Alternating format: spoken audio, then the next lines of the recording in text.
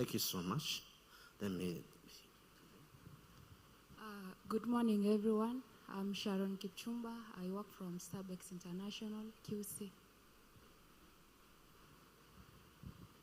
Morning to you all. I'm Kaishi Joseph from MECTEC, Director, MECTEC Engineering Works Limited. Morning, everyone. My name is Patrick Mutahi, working with Earthwork Technical Services. I'm the technical manager.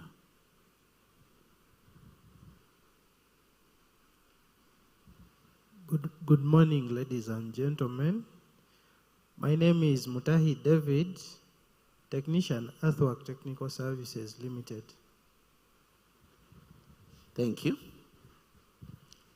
Good morning, ladies and gentlemen. My name is Sir Calvin Oyugi, Manager Systems, Brookside Limited. Good morning, ladies and gentlemen. My name is Philemon Kipchumba. I work with Starbucks in charge of retail network. Thank you. After him, I want to interrupt a bit. Please, after him. Morning, everyone. My name is Katunguka Geoffrey, working with Starbucks International as Safety, Health, and Environmental Manager.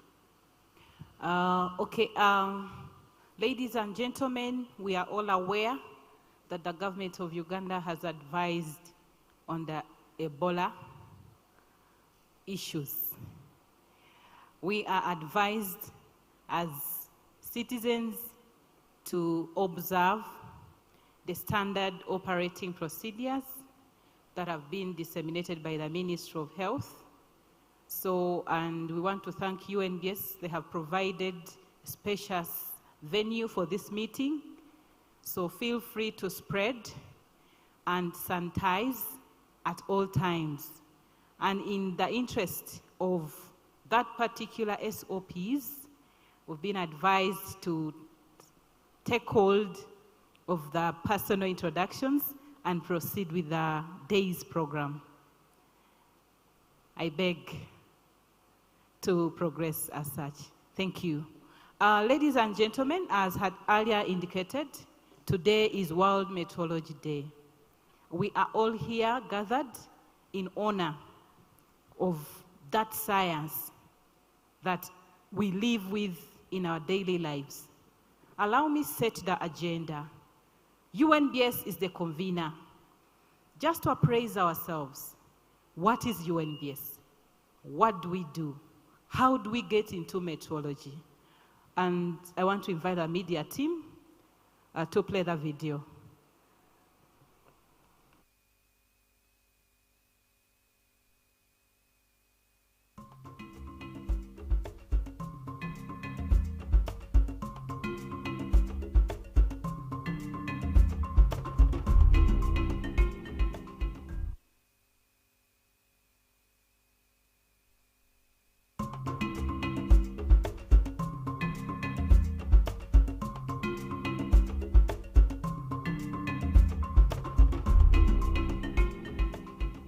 Uganda National Bureau of Standards is a government agency which is responsible for development, promotion and enforcement of quality standards for both imported and locally manufactured products on the market to ensure that they meet the minimum specifications set in standards in order to protect health and safety of the public and the environment against harmful and substandard products. UNBS also promotes fair trade by ensuring precision in the industry through verification of accuracy and reliability of measurement systems. UNBS' vision is to ensure safe quality goods and services for all. UNBS' mission is to provide standards, measurements, and conformity assessment services for improved quality of life. The Bureau is a key facilitator of regional and international trade by ensuring that exported and imported products comply with the market specifications and quality requirements. In fulfillment of its mandate, mission, and vision, UNBS carries out a range of activities, among which include development of standards, UNBS, in consultation with its stakeholders in the private sector, public sector, and academia, sets standards through the technical committees for products and services across the various sectors of the economy, such as food and agriculture sector, cosmetics and other chemicals, engineering and construction sector, oil and gas sector, services and management sector, electrical and electronics, textiles and transport sector, among others. UNBS also participates in the harmonization of standards at the regional, continental, and international levels. These standards specify the acceptable quality and safety of products and services and are therefore essential for securing access to both the local and export markets for Ugandan manufactured goods, as well as ensuring conformity of imported products to the required standards.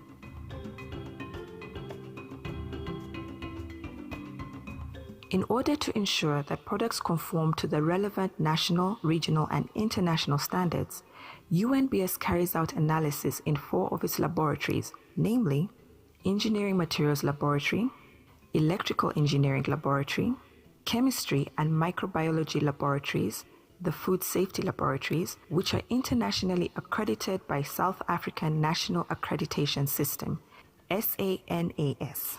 Meaning results issued from the accredited laboratories are internationally recognized to support trade, including exports and consumer protection, because of the demonstrated competence of accuracy and reliability. UNBS has also decentralized its testing services by opening up regional laboratories in Gulu to support the northern region, Mbale to support the eastern region, and Mbarara to support the western region, in order to reduce the cost of doing business and turnaround time for analysis. Certification. UNBS grants certification for products that conform to the relevant standards by issuing a quality mark, Q mark, and for the management systems that comply with International Organization for Standardization, ISO, standards.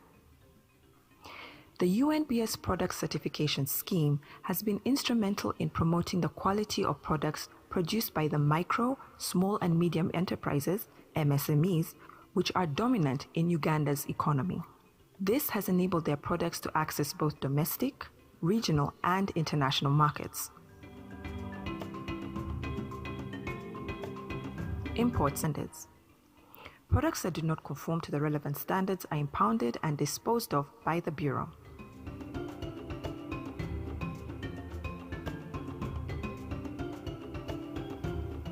National Metrology Laboratories. UNBS is responsible for ensuring high measurement accuracy in Uganda through metrology, which is the science of measurements. Under the National Metrology Laboratories, UNBS acquires the highest primary or secondary measurement standards for Uganda and uses them to calibrate equipment used in industry, health, transport, construction, aviation, laboratories, and environmental monitoring sectors, among others. This ensures that these instruments give correct, accurate, and reliable measurements. Legal metrology. In order to ensure fairness in trade and to protect both consumers and traders from false measurements, the Bureau carries out verification of weights and measures to ensure accurate and reliable measurements. The scope of equipment includes weighing scales, fuel dispensers, road tankers, wagons, weigh bridges, electricity meters, among others. UNBS also verifies the correctness of quantities of pre-packaged products to ensure that manufacturers pack the right quantities labeled on the products. Given its strategic importance, UNBS is a member of regional, continental, and international standards bodies such as the East African Community, EAC, International Organization for Standardization, ISO, International Electrotechnical Commission, IEC, Codex, African Regional Standards Organization, ARSO, Standards and Metrology Institute of Islamic Countries, SMIIC, the International Organization for Legal Metrology, OIML, among others, and this has enabled the Bureau to execute its mandate effectively. For more information, Visit us at our offices located in Kampala, Mbale, Jinja, Gulu, and Mbarara, or you can reach us on www.unbs.go.ug. Email info@unbs.go.ug or ed@unbs.go.ug. Telephone number +256 417 333 250. Toll free 0800 133 133. UNBS, promoting quality everywhere.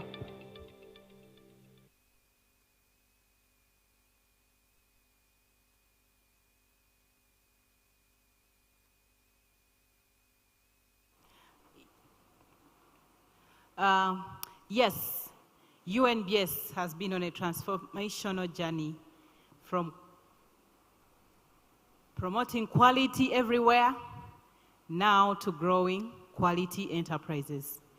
We are moving steady fast, just like any measurement.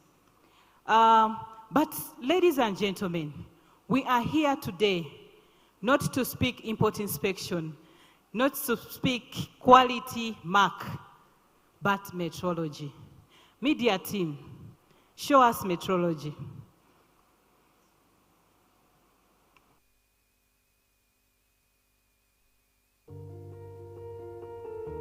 James Kasigwa is my name, and I'm the Executive Director, Uganda National Bureau of Standards. Today, we are going to be talking about metrology, which means the science of measurements. Every time people hear about metrology, they think meteorology. The two are totally different. One is to do with weather, but this one is to do with measurement sciences. We are talking about weight. For us, what we call a mass in our language. We are talking about temperature. We are talking about pressure. We are talking about volume. We are talking about electric current. We are talking about time. We are talking about length. So we are measuring so many things. UNBS is responsible for measurements and therefore metrology. There are three categories of metrology. There is what we call legal metrology, there's what we call industrial metrology, and scientific metrology. Scientific metrology is the highest level of accuracy, whereby you making sure that as a nation, all our measurements are aligned and correspond to international standards. Then we also have what we call industrial metrology. Industrial metrology is where the industries use measurements to inform their products. Then the third aspect is legal metrology. Legal metrology is to make sure that we protect the public and consumers and the environment for fair trade. As the bureau responsible for that, in each of those fields of metrology, we have a responsibility.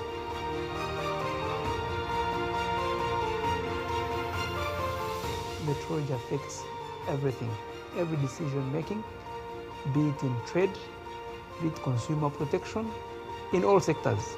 An example, when you look at the agricultural sector, and Uganda, we are an agricultural economy, an agricultural country. Whatever inputs into the agricultural sector are measured either in kilos, if it's about the seeds, or liters. When you look at the health sector, the diagnostics, when you go to any health facility, the triage they do, the checking of your temperature, your pressure, all that is measurements. If the measurements or the tools are not working properly, then the diagnosis is going to give wrong indications, and the doctor will diagnose poorly. When you go into minerals, we are talking about the ATMs, minerals. We are talking about case of Uganda, our first oil. We are talking about, we have about 6.5 billion barrels of oil, crude oil. but that is measurements. When the oil comes out, we have share agreements. There's something called the fiscal metrology, how you apportion the value out of a resource. When you talk about the energy sector, the meters that they use to bill you at your households, the water meters, all those need to be verified that they are actually measuring very well. So metrology is so diverse, from the shoes size of an individual, to the size of the jacket, to the amount of fuel that you put in the car or you pay for. So metrology helps to ensure that there is proper decision making for trade, for health, and any decision, and therefore policies.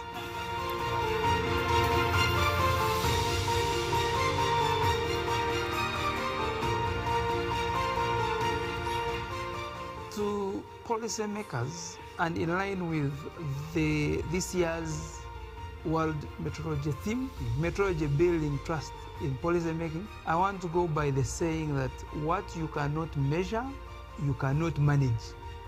And the basis of measurement is to ensure that the tools that you're using are well calibrated and they are verified, and therefore you can trust the reading. And this goes for all the sectors. That way, we will export more, we will do import substitution, and we will industrialize. And surely, the tenfold growth strategy is in reach.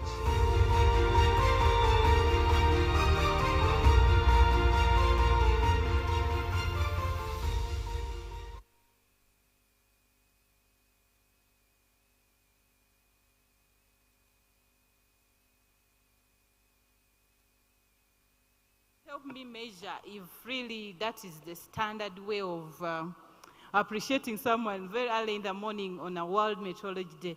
Let's appreciate the media team and the UNBS team for the messages once again.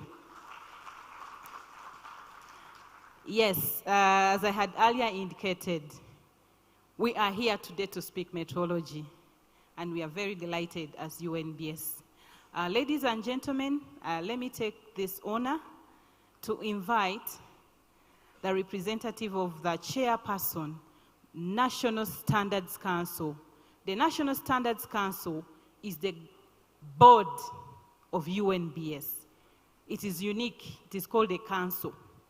So allow me to invite Mr. Dennis Eneviona from, he's a commissioner in the Ministry of Trade, Industry and Cooperatives, and he'll be speaking to us as the chairman, National Standards Council, who will invite our chief guest to officially open this meeting. Commissioner Dennis, please.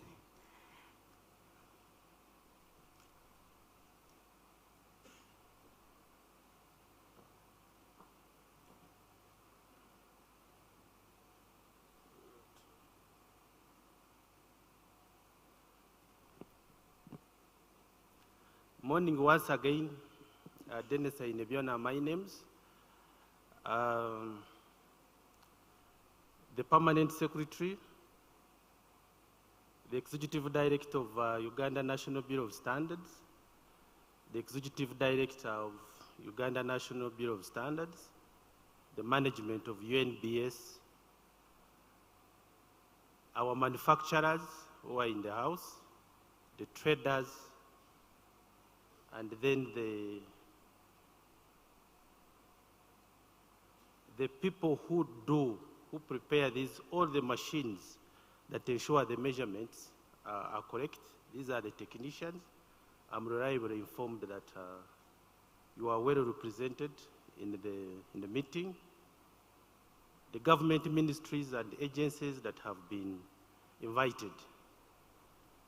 Madam PS, allow me to extend apologies from Engineer James Kalibara, the chairperson of the National Standards Council, where I do serve and represent the Minister of Trade, he's not been able to join us.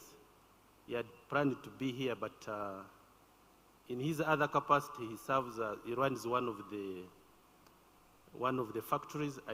Most likely it could be an urgent issue that has happened. He's not able to be with us this morning, and so he has sent his apologies. In terms of the remarks I should be able to make, one, I would say that in my own capacity as the Commissioner for Industry, I will steal the show. And why? In industry, you cannot have it right if you don't have the measurements. You will not be competitive. And so we go on to urge the manufacturers in all your operations to ensure that all the measurement instruments, be it pressure meters, be it the weighing scales, be it whatever, should be calibrated and be calibrated by certified operators or technicians by UNBS.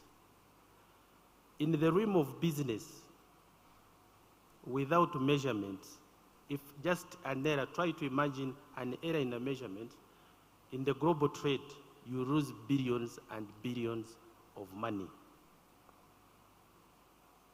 Go to health.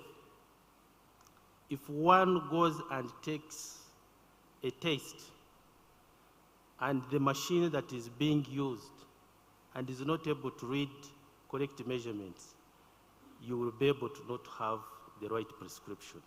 And that's how important metrology is. I think I will not say a lot. I will restrict again myself into the instructions that have been given, is to welcome all of you and also take the singular honor to invite the Permanent Secretary, Minister of Trade, Industry and Cooperatives, Madame Linette Bagonza, but who is also here today in another capacity as the Minister of Trade, Industry and Cooperatives with an instrument. I don't know for how long. Madam PS, your turn to come and address the gathering. Thank you.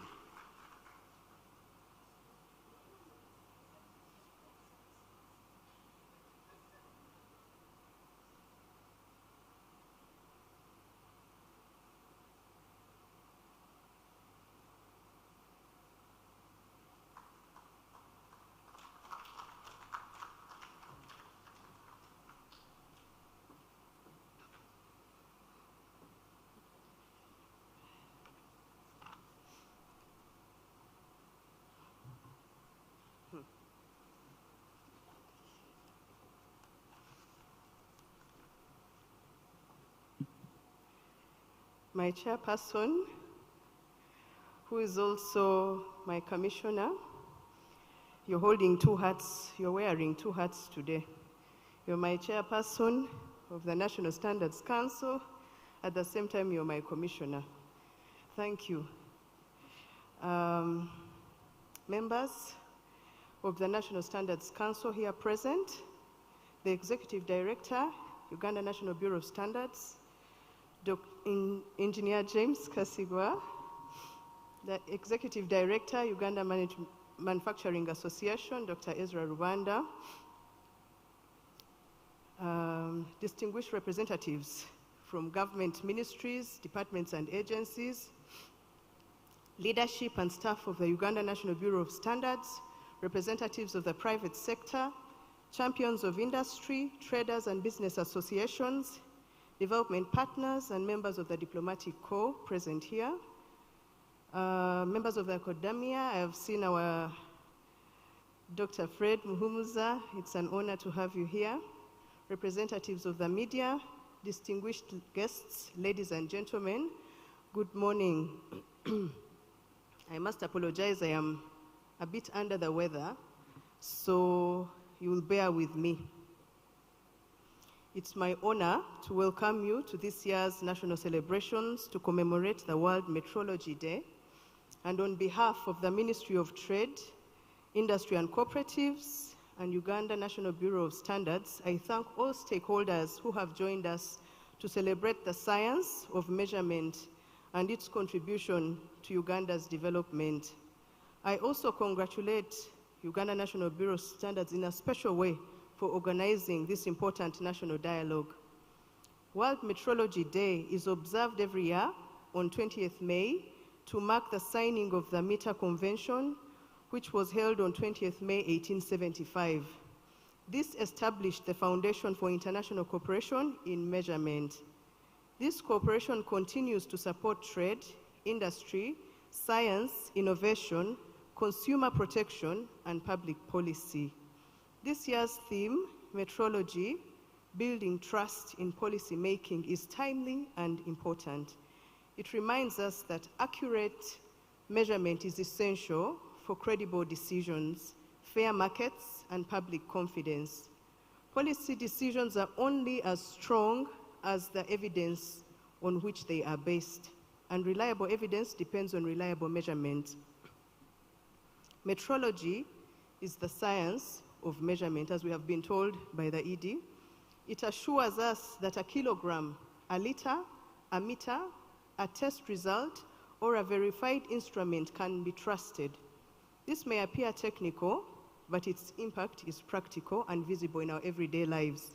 It affects the fuel we buy, the food we trade, the products we manufacture, the medicines we test, the goods we export, and the regulations we enforce.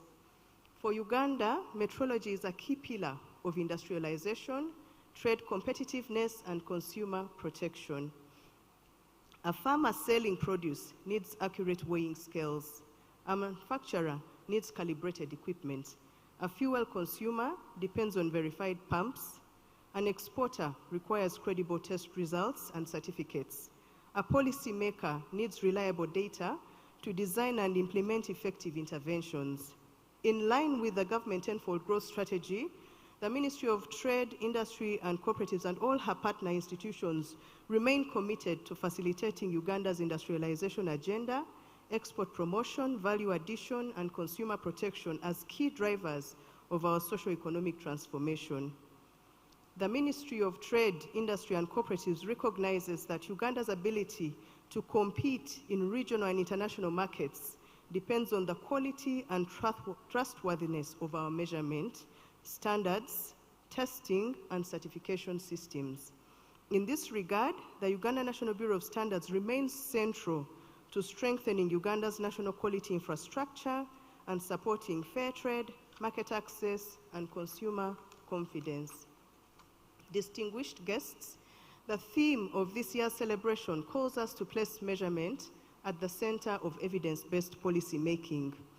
Whether we are addressing industrial development, trade facilitation, energy, agriculture, health, environmental protection, and consumer safety, credible measurement is essential for sound decisions and effective regulation. As government, we must continue to strengthen laboratories, calibration and verification services, technical competence, legal metrology systems, and conformity assessment services. We must also increase awareness among businesses and consumers that accurate measurement is not a burden, but a tool for quality productivity, fairness, and competitiveness.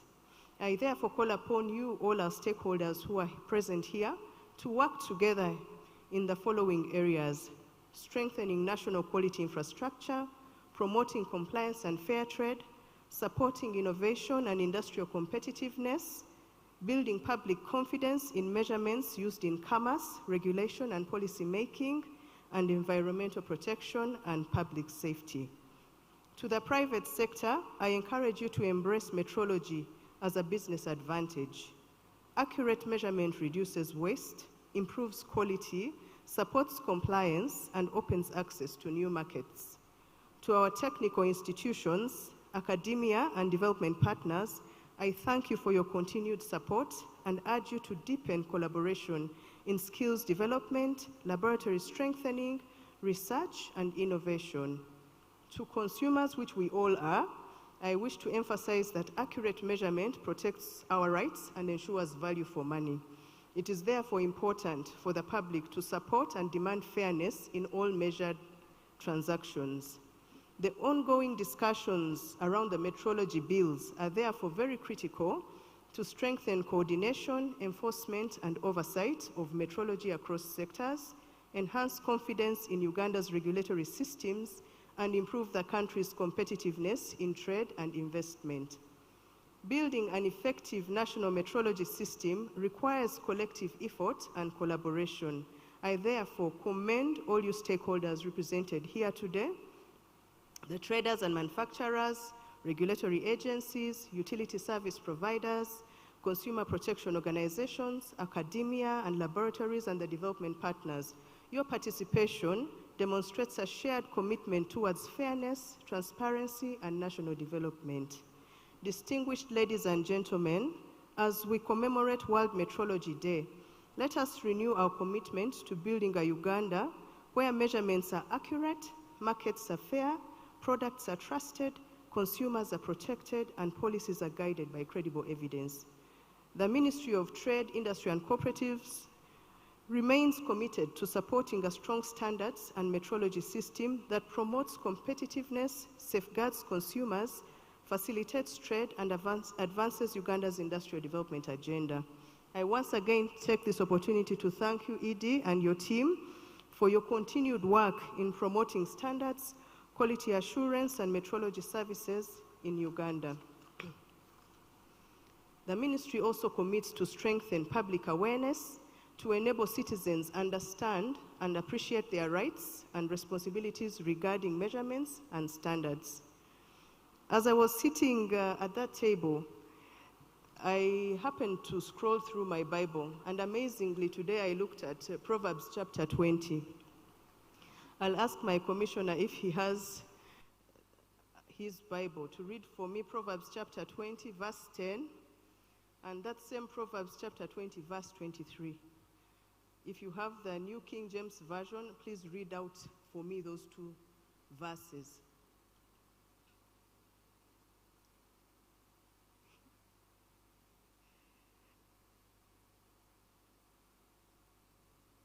Or if you can send me my Bible, I can read it for you. My phone, I can read it for you.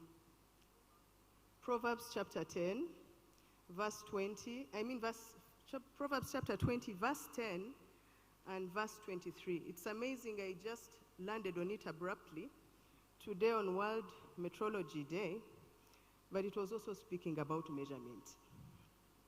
And it says in Proverbs chapter 20, verse 10, diverse weights and diverse measures, they are both alike an abomination to the Lord.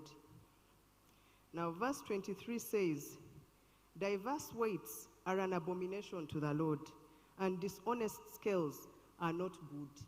So, on which best day would we listen to this kind of message? Even God wants us to take measurement seriously.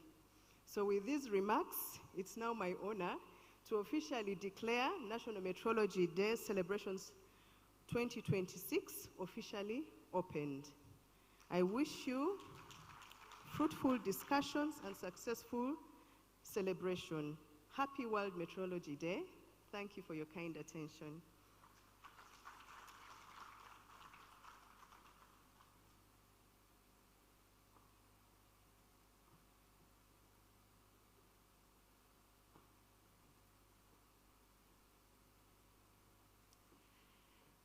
Another round of applause for the PS.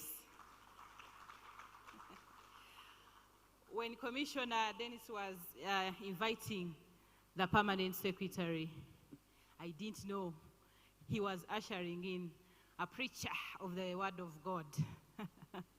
You've blessed us, Madam PS, and indeed, Katonda tayagala ki? I need the Uganda.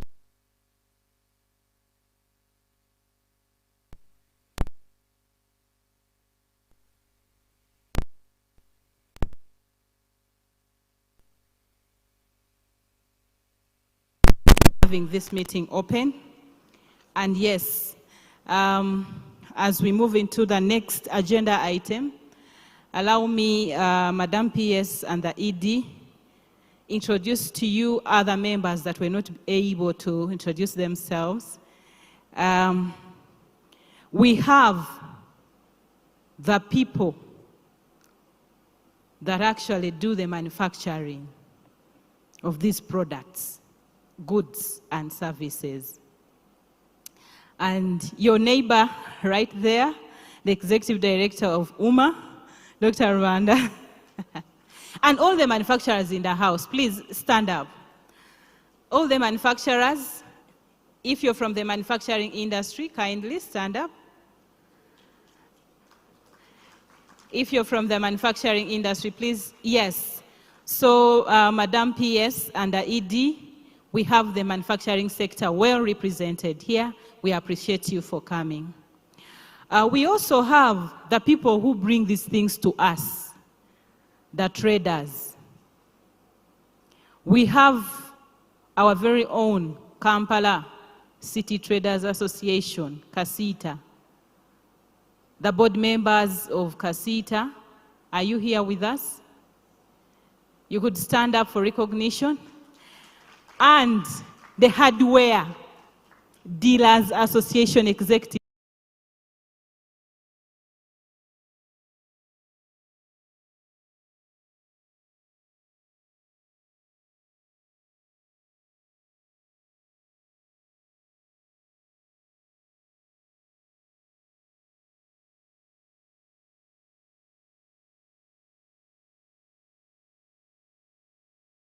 Directors of the Consumer Association in Uganda. I saw many of them here. Please, kindly stand up. Mr. Chimera, Mr. Kiapi, please.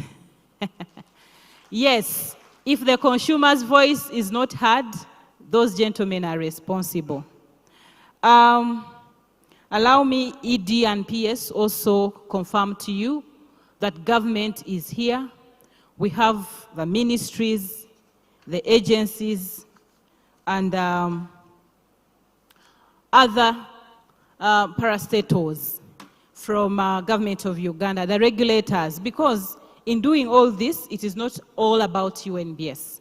We all work together. So in a special way, as the PS was emphasizing, that God does not want short waits. It is criminal, even the Bible says so. Allow me recognize SP Tumwebaze Edison. He's from the Directorate of Traffic and Road Safety. Members, there's a lot of measurements that goes on our roads. And yes, when the IGP sends us a very important guest like him, we don't take it for granted. And in all this, UNBS works closely with technicians. Madam PS, we are in the regions, as you know, and I want to welcome our technicians, the ones that work with us in verifying the weights and measures out there.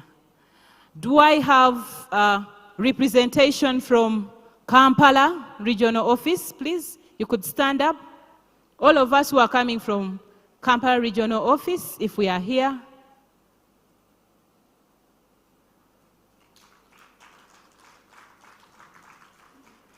Thank you. Are we having members coming from Mbarara, Western Region? Yes.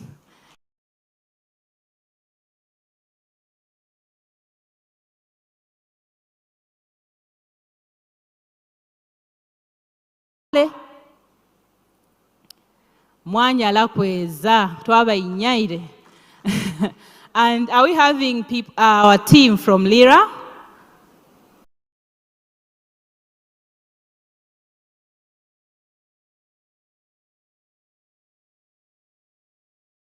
Those are some of the key stakeholders that are here. I'll keep recognizing many as we progress. But at this moment, allow me to take the honor to invite our keynote speaker this morning. He's none other than Engineer James Kasigwa. Engineer James Kasigwa is the Executive Director at UNBS, and he's very passionate about metrology. I take the honor to invite you, ED, to come and speak to us this morning.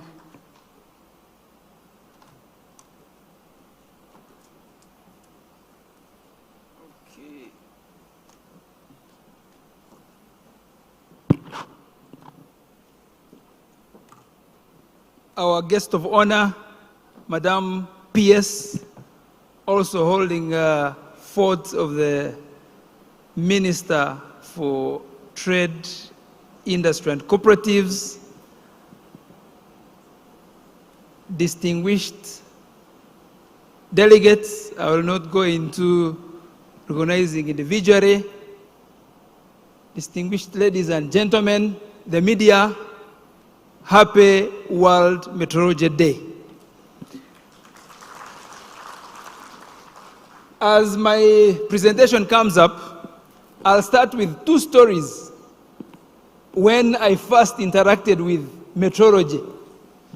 So, I don't know if all of us in this room know what meteorology is, but as far as I recall, in a very small remote district in Rukunjiri, my mother, a single mother, having lost her husband, started running a grocery shop.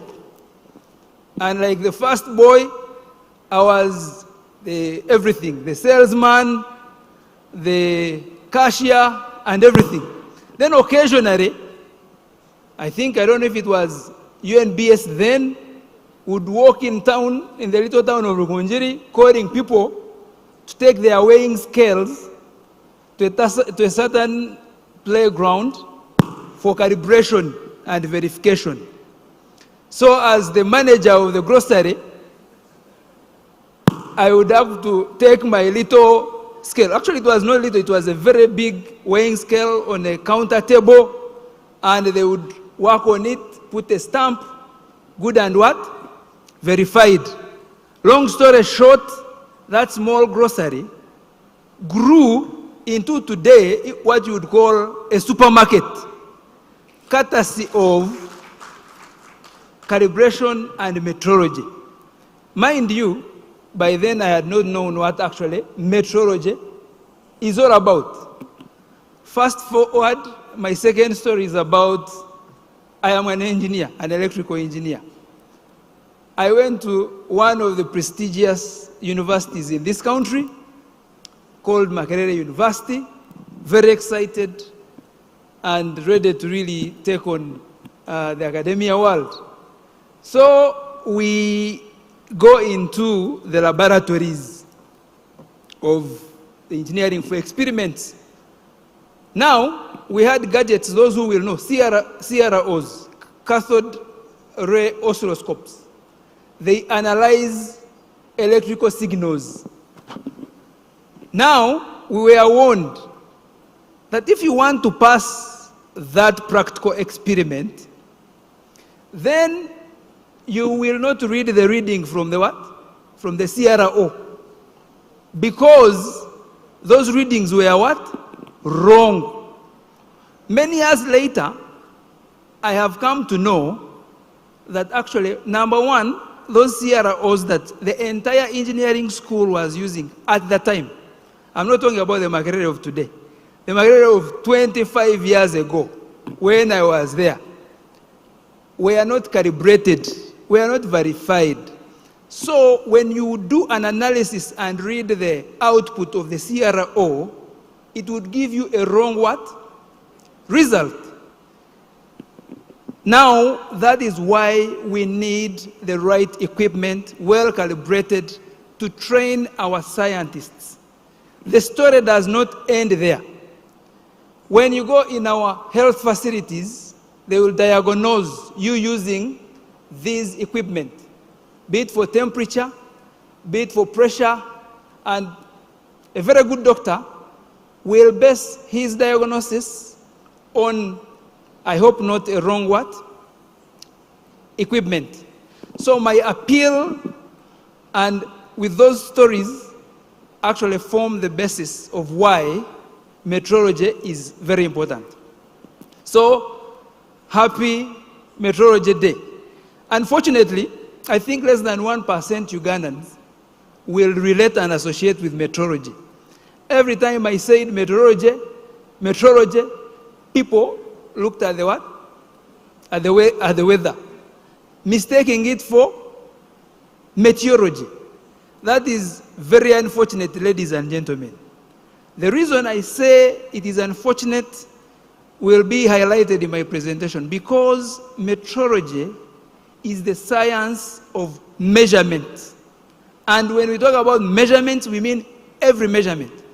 From when a human being, today when you woke up, you checked what time it was, the meeting was in so much, you drove and you checked your gauge, fuel gauge, the speed meter, the shoe you're putting on, how much sugar you put in your tea, to the equipment, the triage, in all the sectors. Utilities, some of you have been complaining about the bills you are paying. But others, I think, have also had a free ride. Someone told me that every month, the then Umeme, I think UDC is doing very well. Then Umeme was adding them what? 50,000 every what? On their meter. So, measurement is very important for any economy. I can assure you all transactions today happening downtown are just because of weights and measures. Fast forward, I will, my purpose here today, from the introductions, is really to excite the debate. But I believe the people who want awareness about metrology are not in these rooms. But even us in these rooms, we want now to align ourselves a little more to the importance and the role of metrology. I'll build on the theme of this World Metrology Day 2026, which says building trust in policy making. In the remarks by the guest speaker, we are now talking about evidence-based decision making, and that can only come from reliable data measurements. Now, first of all, I'll have to remind ourselves that UNBS was established way back by the UNBS Act, and we also enforce the Uganda Weights and Measures Act of 1965. Now, at the time, weights and measures, in that law, we are trying to revise it, and you heard in the remarks by the PS, we are trying to review it, but measurements were business of the West. All calibration was supposed to be done in where? In London, and it is still written in our laws today. Thank you very much. This makes it a little easy. So we are running rather on a very old law of this act, and the ministry is leading in its revision. Needless to say that UNBS is also the apex body for quality and safety standards. And we do consumer protection, ensuring that whatever you buy is fit for purpose and also value for money. UNBS also ensures that whatever you produce locally here is not only competitive on our Ugandan market, but beyond our borders and in a global economy. You are well aware, we are now in a global village. Whatever you manufacturers are producing here is actually also competing with whatever the Chinese are producing, whatever is being produced in America. And as a bureau, we are responsible that we ensure that whatever you produce is competitive in a global market. What we do is highlighted there. We do metrology. Metrology, I will explain it because it's the day-to-day about metrology. And we do standardization, standards development, harmonization. For all of you who produce locally, you know now you can export in the entire East African region. quota-free, duty-free, just because you receive a Q mark by the UNBS. We test, we certify all products, we do imports inspection and market surveillance. So, what is metrology and why is it worth celebrating? I want to take you way back at the beginning of civilization. Fact finding, you will know that actually metrology is the foundation of civilization, human progression, and development. That one is a fact. If you remember, civilization started in, is it Egypt? It had to be Africa. Yes. And at that time, they started metrology by establishing the calendar, the 365 year calendar started in Egypt, and that translates in what we call time.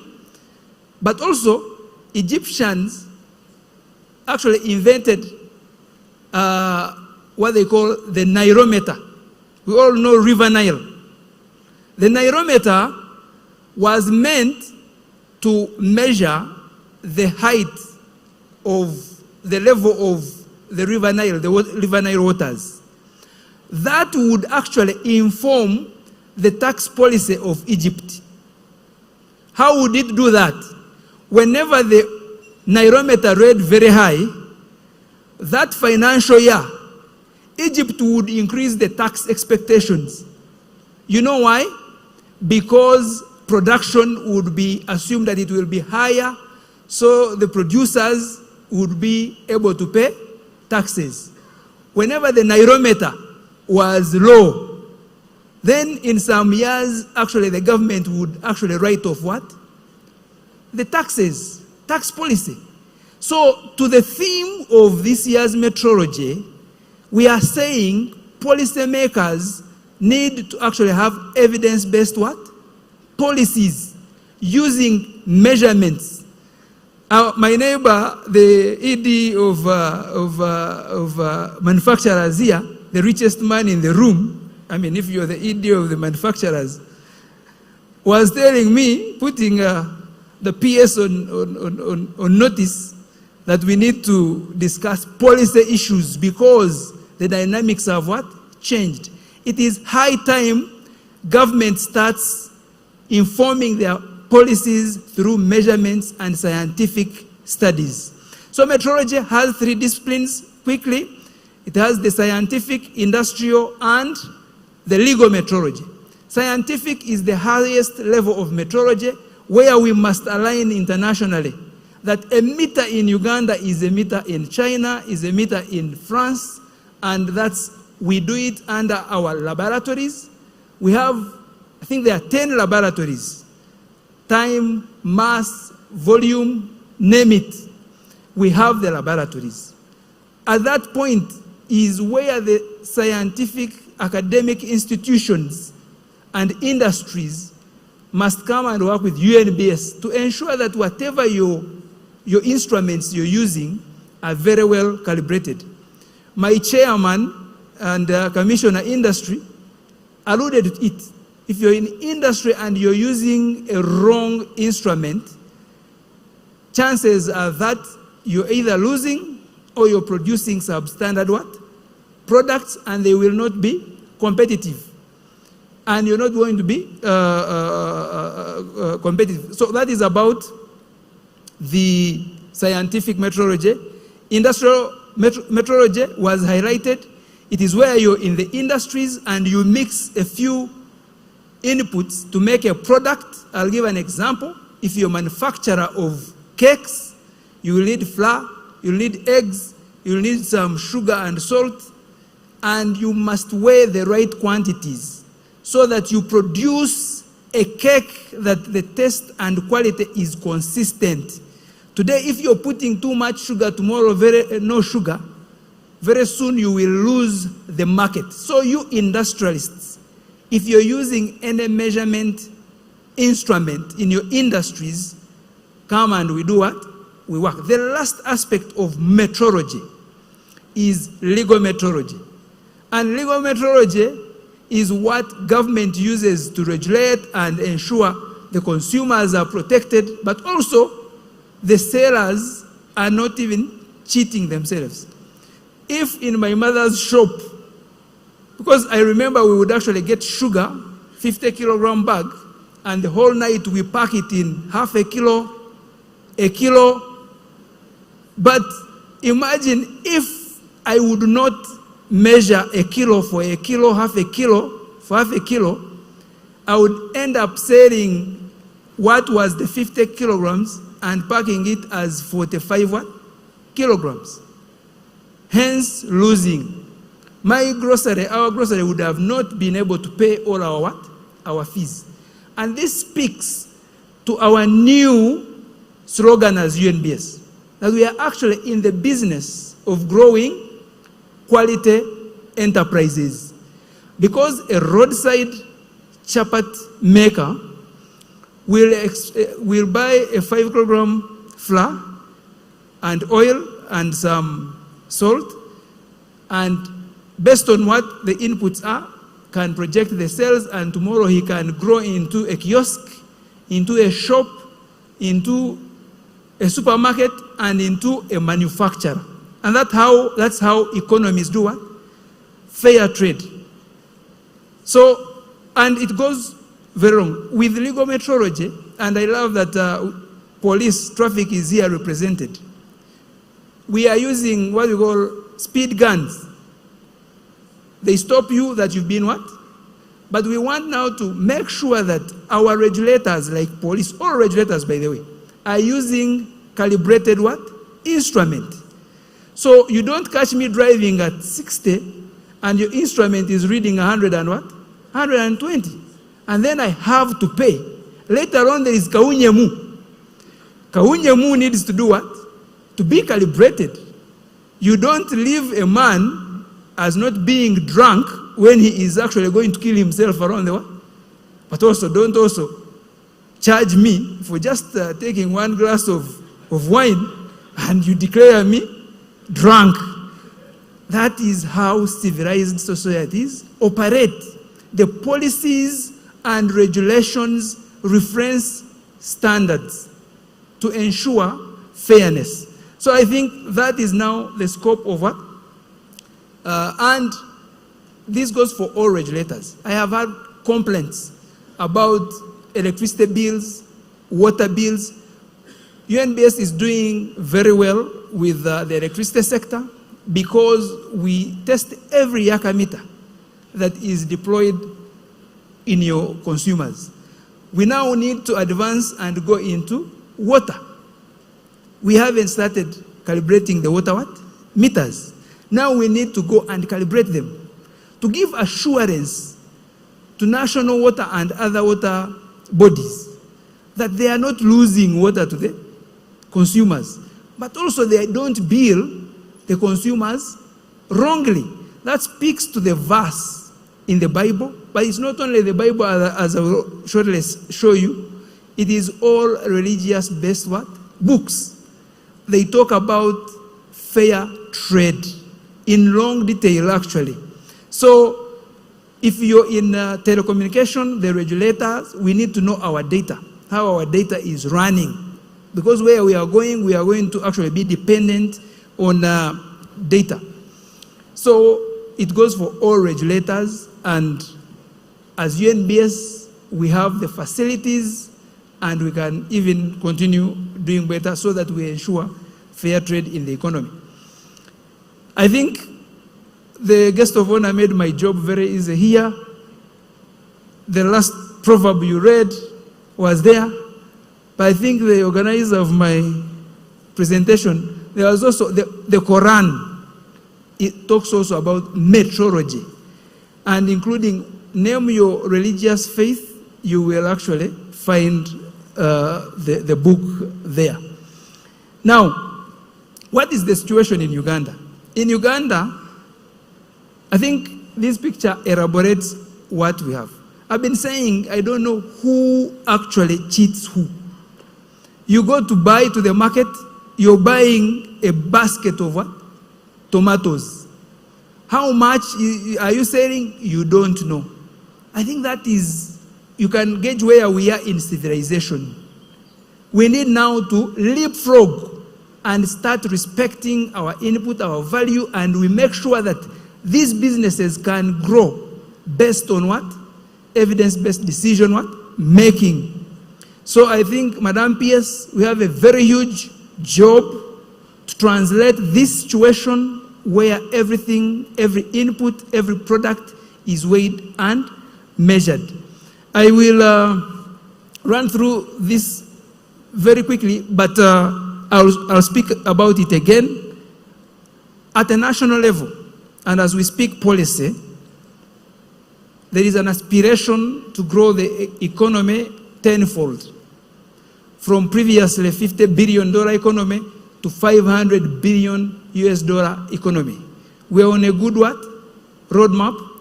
The priorities or the key sectors are abbreviated in what we call ATMs. ATMs. And I want to assure you, as I said, metrology is in every one of them and in everything. As I will highlight, health sector, utilities, manufacturing. But let me go quickly to health sector. I already talked about diagnosis. Everyone who goes to the hospital is diagnosed using this equipment. They will tell that old lady, that child, you and me, that you are hypertensive when actually you are not. Why? Because the equipment being used is not calibrated. That's not the bad story. The bad story is that you will start on medicine which you will live on for the rest of your life. You will unnecessarily put pressure on our already weak health system. We are beginning to talk about what we call health insurance. As we speak health insurance, the health practitioners, we must also demand that the equipment that is being in our hospitals, in our health care centers, are very well calibrated so that we actually have fairness and assurance on our systems. Then fuel. In fuel stations, for every liter that you buy, it must be a liter. Not to buy 5 liters and you get on a route to Jinja, Midway, Mukono, your gauge is doing what? Telling you that you did not what? Fuel. Now, we've been doing some work in that space, and now as Uganda, we are even lucky that now we have oil and gas as a resource.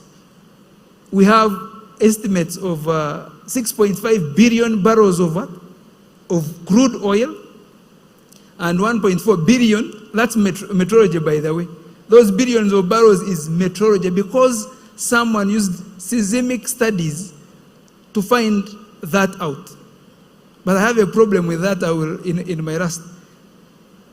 So we now need to go in the midstream and upstream so that for every barrel of oil that comes out of the ground, we know that it is a barrel, not a barrel and a half or 2 barrels which are going on the ECOP. Yeah?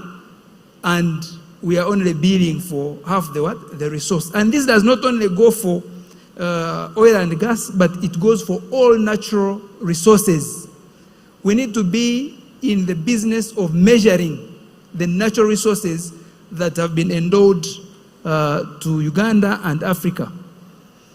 Then construction. Actually, name any sector, we are there. Be it roads under construction. You've seen roads after a few months after construction, they form like boats where the tires are what? Are passing. We need to measure that the road bearing capacity of our roads can actually manage the trucks that we put on. And at UNBS, we have all that machinery and labs and expertise to do that.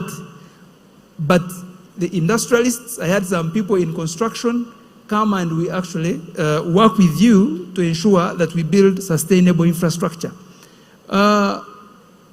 On On utilities, I already talked about it, so I will go to agro-industrialization.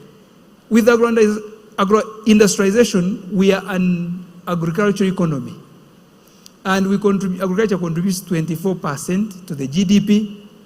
Over 70% of our population is employed in what? In agriculture.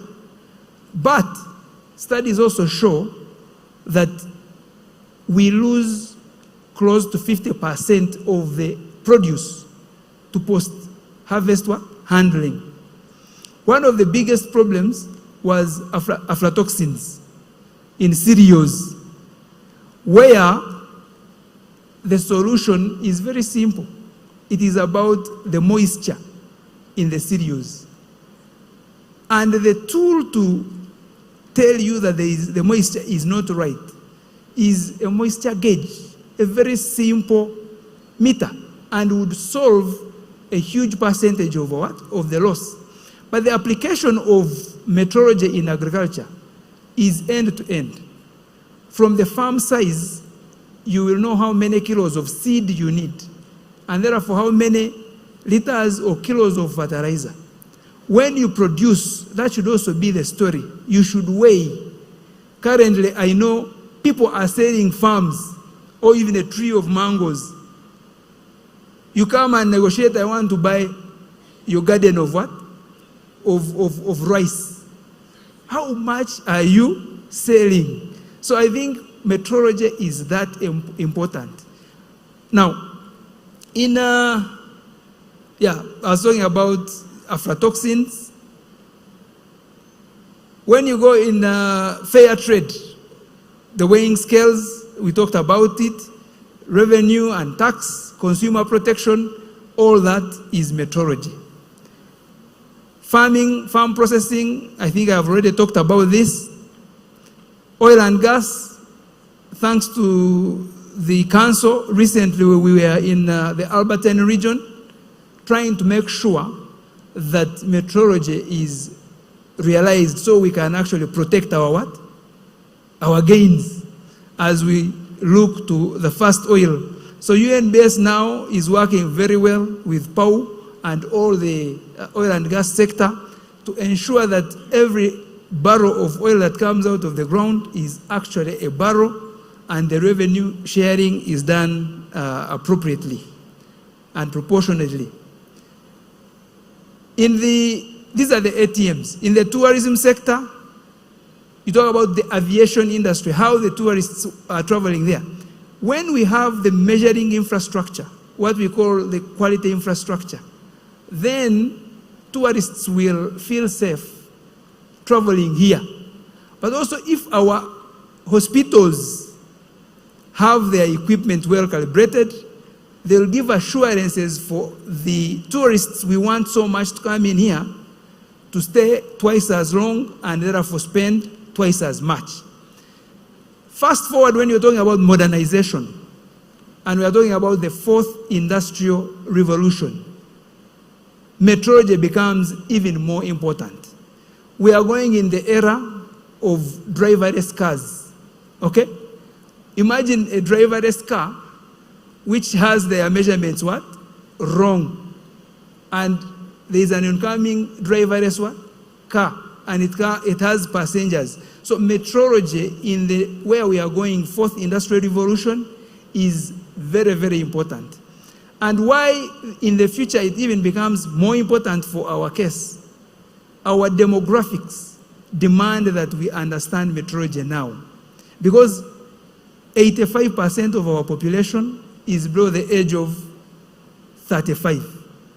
And we have the right tools in AI. So we need now to make it a point that they understand the role of scientific measurements. All the treatment is going to be based on technology, and therefore metrology becomes very critical. This is not a story for Uganda alone. As I was thinking and reflecting about this day, I looked up a few numbers, and for policymakers and the money pass holders, when you go for the US, there is their state equivalent of the US is called the National Institute of Standards and Technology, US. The studies show that for every dollar invested in metrology in the NIST of America, there is an equivalent economic output or return on investment on every dollar of $47. So if we want to grow the economy tenfold, we must build our national quality infrastructure. I don't know how much losses are out there with people who are selling more than they are expected to buy or less than they are supposed to get in the money. And this study also goes for the United Kingdom. For United Kingdom, for every pound invested, it creates an output of up to 60 and 67 value for every pound invested. So I don't know what, and we should do a study for Uganda, what it will be. But I was trying to look at it from what they call an engineer's estimate. Someone invested in what they call seismic exploration of oil, for example, and we found 6.5 billion barrels of what? Of oil. That was investment in measuring how much resources we have. Now the question is, where we are going in the fourth industrial AI, machine learning, electric vehicles, we want things like the rare earth what? Minerals. Who is investing in finding out how much of the rare earth minerals we have so that we translate that into economic and revenues for our country? So, call for action. I think the call for action I have for all of us, and especially the policymakers, academia, and industry, is that we should demand that the policies and the regulations reference standards. Standards is measurements, standards is agreed positions, so that we have fair trade, and this goes to all the sectors, all regulators, whereby we will have accurate testing and measurements. We will have empowered human resource with the right labs that are calibrated. We will have testing and certification systems so that our products are acceptable beyond the borders, and we undertake effectful and impactful research and development. Lastly, there is a man called Lord Kelvin. Lord Kelvin was he has very many inventions, but one critical one was the temperature, the absolute temperature. And he said that you only truly know and control what you can measure. What you can't measure, you don't know it, and you cannot control it. And another one, the second one, that if you can't measure it, you can't manage it. This is by Peter Drucker. So, ladies and gentlemen, I want to once again wish you a happy World Celebrations Day. Thank you very much.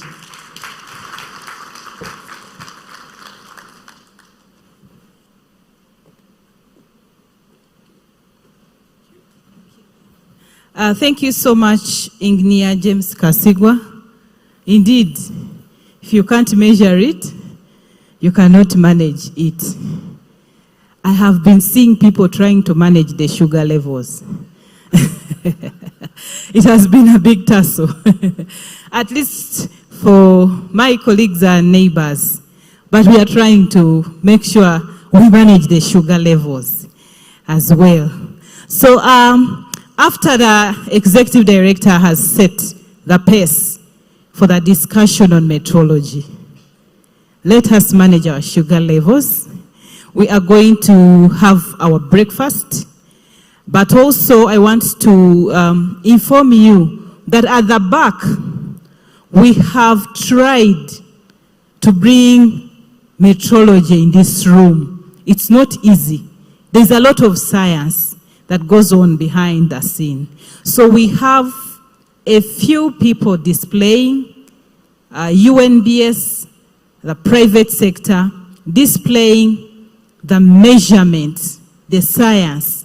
So as we break for our tea, I also want to invite you to visit the stalls at the back. So we are going to use these 30 minutes for a break tea, but also to interact with our experts at the back who are at the stalls. Yes, I want to invite our Deputy Executive Director, Management Services, Mr. Daniel Richard Nangalama, to pray and bless our tea as we break for the tea. Mr. Nangalama.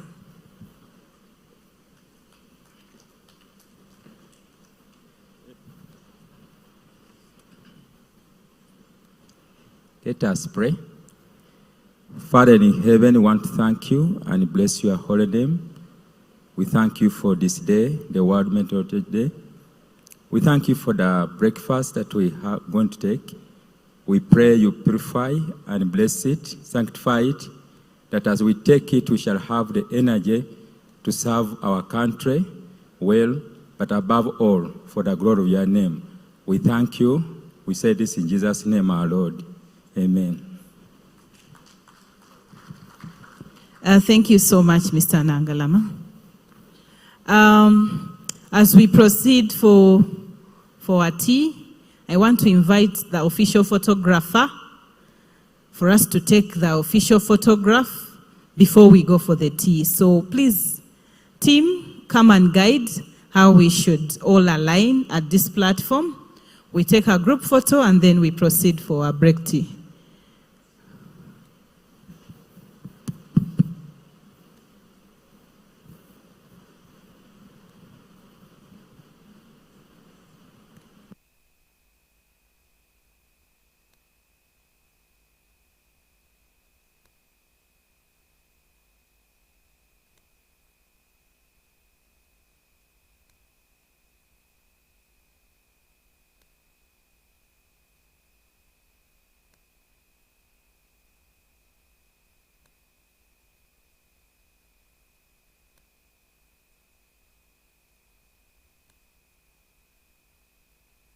The photo moment, let's go at the podium.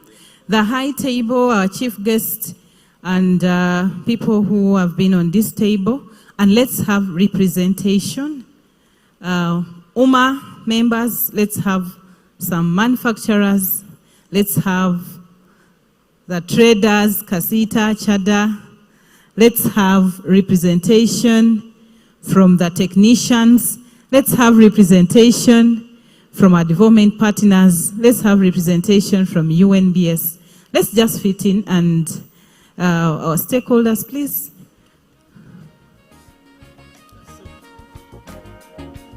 UNBS management as well, and staff, please.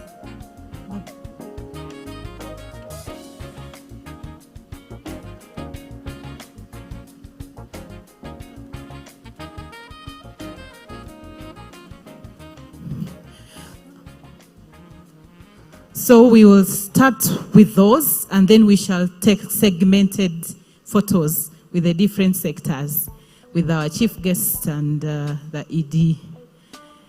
Yes, so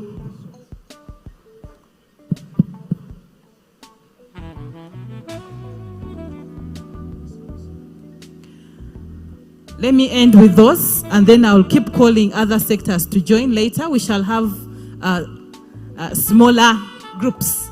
This is the first bigger one, and then we shall have a smaller group. So, are we ready?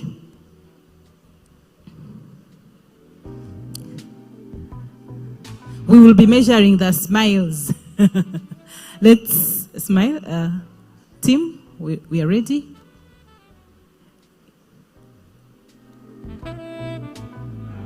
Okay, now that is done. Let us stay with members of the business community. the traders, charter, and the manufacturers. Please come forward. Manufacturers, traders, and I request that the manager, legal metrology, the directors at UNBS, you step back with the ED and you'll be in all those photos. Manager, legal metrology, director, standards, director, compliance. Let's join in. This is the segment for the business sector, the traders and manufacturers. Are we all in?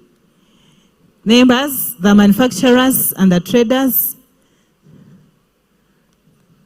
This is our photo.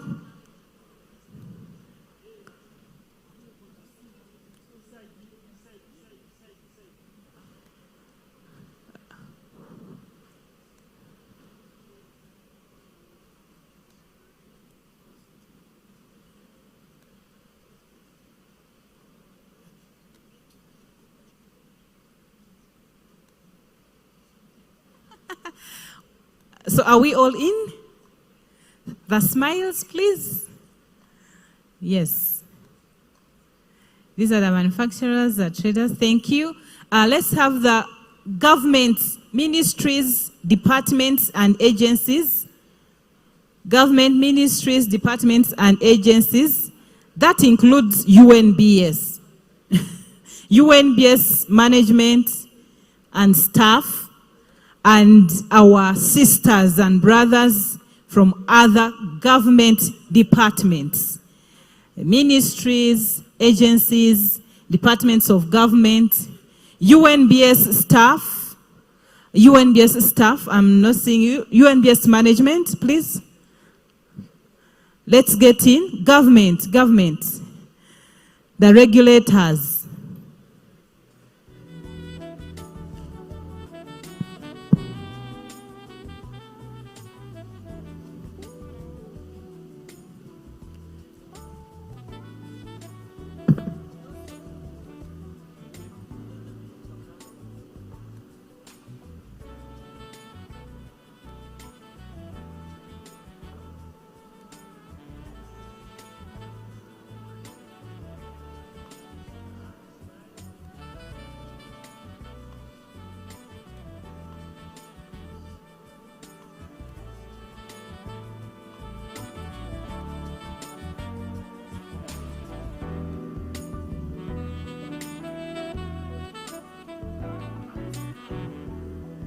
Next are the consumers associations, our service providers,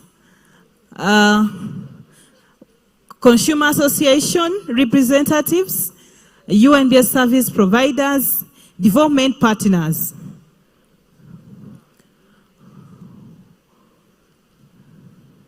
Development partners, please, UNBS service providers.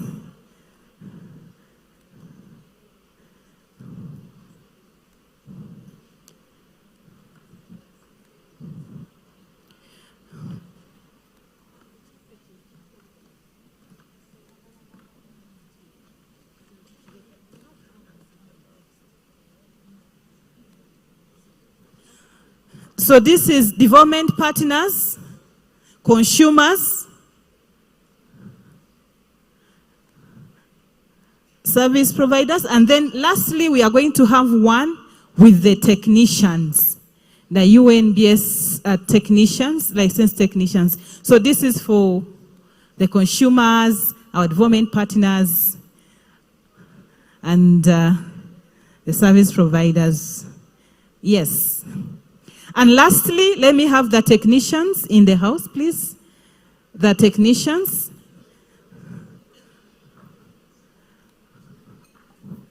The technicians. The licensed technicians by the UNBS.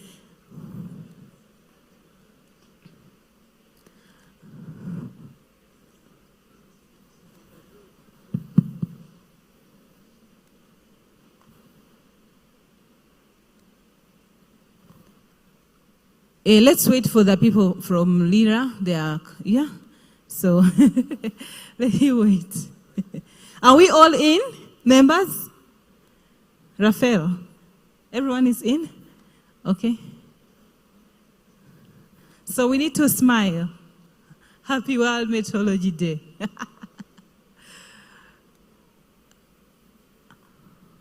Oh, are you done? Oh, thank you so much, team. Thank you so much, Madam P.S. and the ED.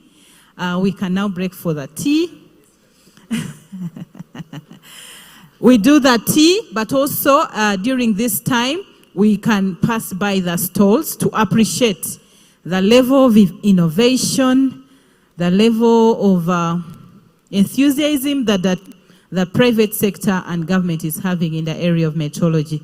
So members, we are going to do exactly 30 minutes for this healthy break, and then we will be resuming with the panel discussion. Let's try to keep time. Time check is 11:15. At exactly 11:40, we'll be back here to start on the panel discussion. So we shouldn't all line up at the breakfast table. We can first inspect the stalls and then do our breakfast. Thank you so much.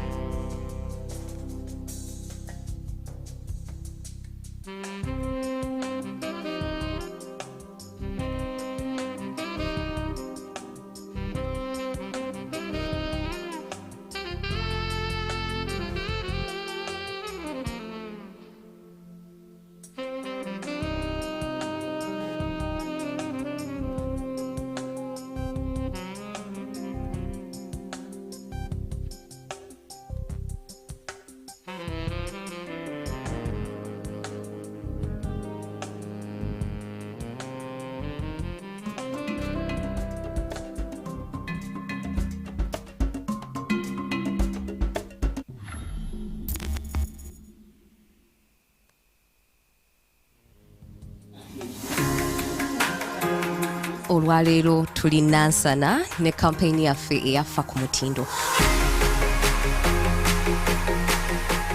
Fa ku mutindo ye kampeyini egenderedde okumanyisa obulungi obuli emabega w'okukakasa omutindo gw'ebyamaguzi byogula mu maduuka, byogula mu butale, byogula mu supermarket na wonna kasita kibanga kyamaguzi. Omuntu atunda engoye oba n'ebyokunywa nga wayini twagala kumanya nti byatunda biri ku mutindo tulabira ku ki? Ugendo chiko osoka n'okebera ki? Stamp NBS oba date expired date. Olwaleero okusooka ndi musanyufu olw'okuba nti fa ku mutindo ezeeko mu kitundu kyaffe oba UNBS okutumanyisa ku biki bye twetaaga okukola okukuuma omutindo. Programu ng'eno nnungi gyetambula ne mu community. Mbadde wabweru ng'abantu bonna boogera ti kati kye bakola kye kituufu. Omutindo kitegeeza amateeka omuntu g'alina okugoberera ng'akola product ye oba ng'akola kintu kye. Kino kiyamba nnyo abatuuze b'oku kitundu naddala aba wansi oba Nansana okutwalira awamu.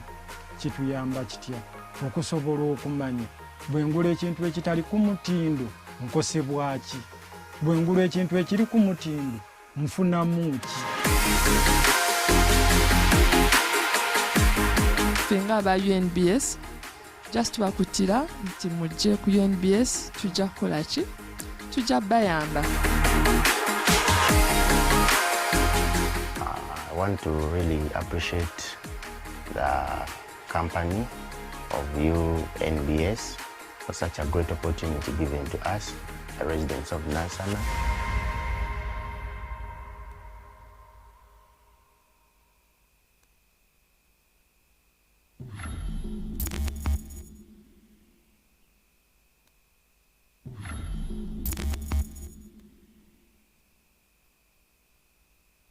Olwaleero okusooka ndi musanyufu olw'okuba nti fa ku mutendezeeko mu kitundu kyaffe oba UNBS okutumanyisa ku biki bye twetaaga okukola okukuuma omutindo.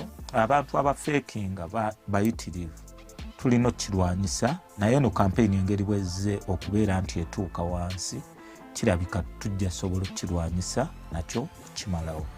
What do I expect from UNBS? One is to continue sensitizing the people on how to use and how to go about its services.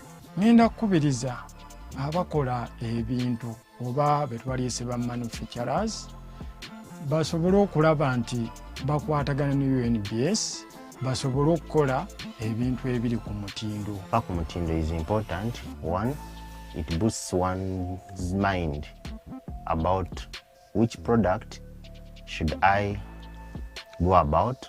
Then if I'm buying a sack of sugar, I have to first see, is this sack of sugar authorized by UNBS? N'olwekyo nsaba ki bakama baffe batwongeremu promotion zino tusomesa n'abantu abagala otandikawo bu business obutono bajje batukubengamu emisomo batugambe kino kye weetaaga ng'ogenda okukola kino ne kino ne kino oba oliawo omuntu atambule n'okumanya. Ate n'abantu abagula ebintu babeere beegendereza tuleme kuwagira bantu baleeta bintu bitali ku mutindo.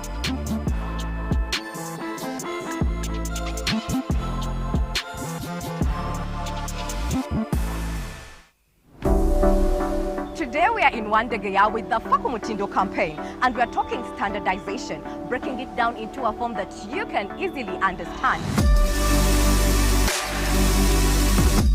Perfume z'otunda ki ekiraga nti ziri ku mutindo? Yani badde branding. Kuza kwogera ku mutindo ni mwezi kubona face.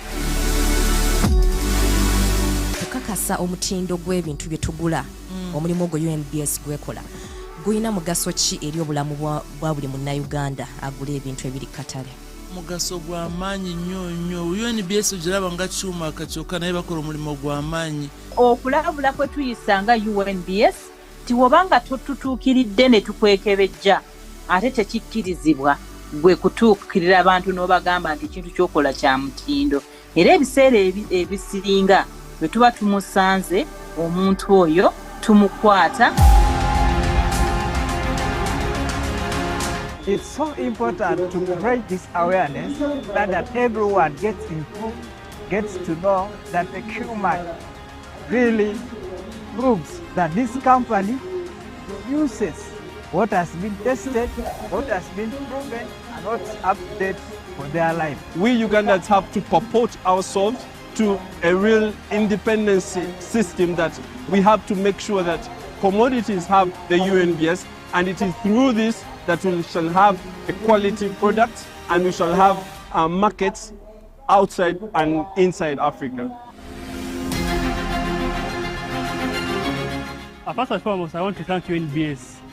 This alone, because we see Wandegeya is a busy place, this is a market, people are all over watching. This program alone is a big publicity. My message to all Ugandans is tuvele no mutindo.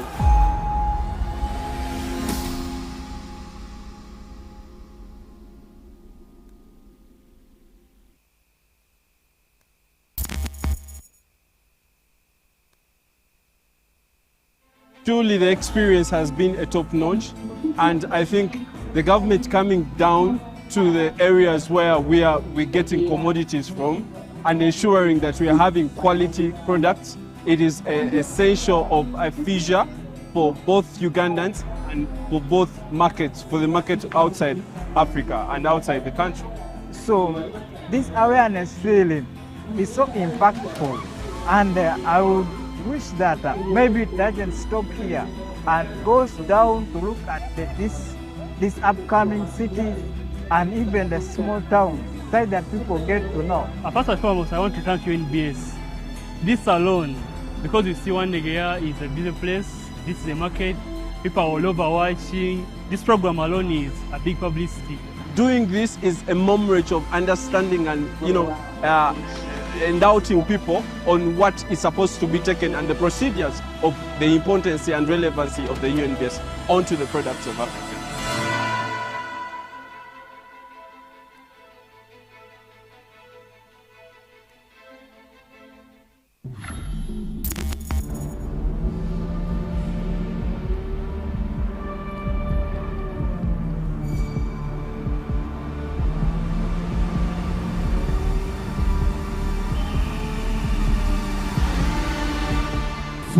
ku mutindo UNBS yagambye abantu b'emikono nabo katubaddizeeko. okola byamaguzi ki, byakulya, byakunywa, bizigo, byakuzimbisa. Omutindo kyekitabo ekikunnyonnyola ngeri ki gy'olina okukolamu ekyamaguzi ekyo. Etteeka erya minzaani n'ebipimo lyetaagisa omuntu yenna akozesa minzaani okutunda oba okugula. Nkakasa nti nno minzaani eyo erina stamp oba kabonero ak'omutindo. Buy right, sell right, live safe. So amazima twetaaga okwongera okusomesa abannakatale ne bannamukono at large ku ngeri y'ebipimo si bituufu. Kubanga luli twagulanga kiro y'ennyama nebanga esobola okumala naye kati bw'otwala kireberanga afu. Tusaba batandikire ddala wansi ku buduuka obwa wansi. Ebintu ebyo ate bwe babikwata batugamba babikwata ate ne babibaddiza. Bagyeko ku mukono ogw'ekyuma nti ebintu bwe babikwata omuntu oyo baafuna n'ekibonerezo osanga taakomyewo kintu kitali ku mutindo. Tulina kati nga abennyanja minzaani zaabwe teziwera. Tuyamba okumanya nti alina balansi nga kasitoma afuneko naye akole ki afuneko. Sini bisinga abantu agenda agula buguzi kintu nga tategedde ekintu kyagula byakiri mu mitenda kikola ki kifaananyi kya n'olwekyo enkola eno nkisanyukidde nnyo nti omuntu ddala obanga ogenda okukozesa ekintu naddala katugeze ebiri mu supermarket oba mu maduuka olina okutunuulira nti nomanya nti kuliko ebya UNBS nti kwebiri. Bongere okukkirira wansi nga basomesa emisomo nga gino abantu basobole okubangulwa kubanga kati olwaleero wano we tuli tubuuziza ku bikwatagana n'eminzaani. Kitegeeza oli bw'aba agiyina ng'ayina ebitakwatagana na mutindo agenda kukongererayo ki ddala kuba kiba kimulaze nti amateeka gakola ki gamukwata. Kale mbadde nsaba mweyongere okukka wansi nga bwe musomesa.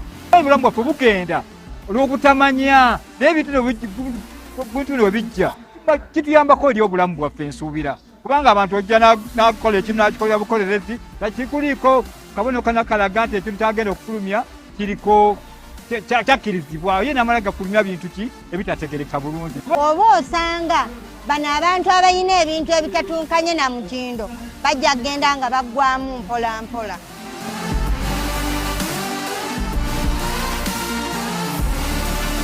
Oyo aneno ku UNBS omutindo gwa UNBS.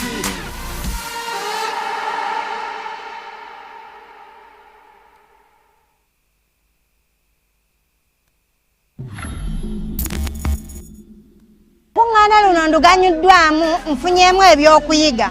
Enikasi ne woba oyina ka bizinensi ko osobola okgenda mu kitongole ekyo ne baba nga bakuwa okusobola okutuukanya omutindo ne bizinensi yo gy'okola. Kyenyiza mu kuŋŋaana kuno twongedde okusomesebwa n'okumanya nti tulina bingi ebitandukanye mutindo mu katale muno naye twongedde okukola ati nafe tugenda kusomesa abantu baffe naddala aboozi wooteeri abatunda ebyokunywa okutuukanga n'omutindo.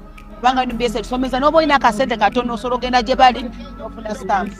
Naye okuŋŋaana ndwamye nti omuntu bw'ogula ekintu olina okukebera ddala kintu kyo ky'ogula oba ky'ogenda okukozesa kiri mu mitendera emituufu. Tusaba ekitongole tekikoma leero lwokka batuwengayo obudde batusomese kuba ffe tuli ba wansi. Musomo guno nga gwe mulese mu katale okukkira ddala wansi si katale k'omu kikomoka mu butale obw'enjawulo n'abantu ku byalo kubanga obuntu obukolerere bungi nnyo ate ng'abantu bwe twettanira ate nga tebuliko stamp. Bagyeko ku mukono ogw'ekyuma nti ebintu bwe babikwata omuntu oyo baafuna n'ekibonerezo osanga taakomyewo kintu kitali ku mutindo.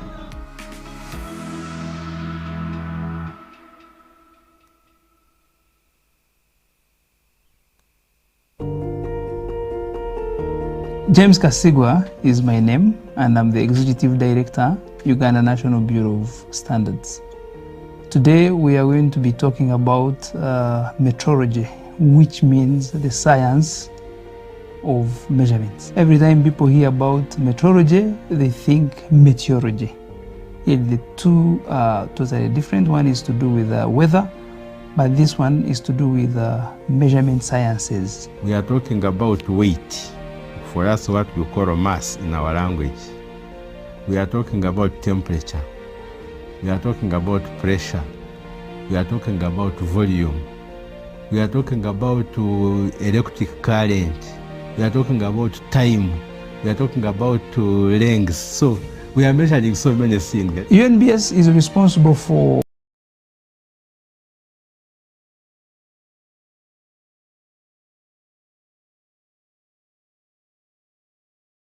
legal metrology, is what we call industrial metrology, and scientific metrology. Scientific metrology is the highest level of accuracy, whereby you making sure that as a nation, all our measurements are aligned and correspond to international standards.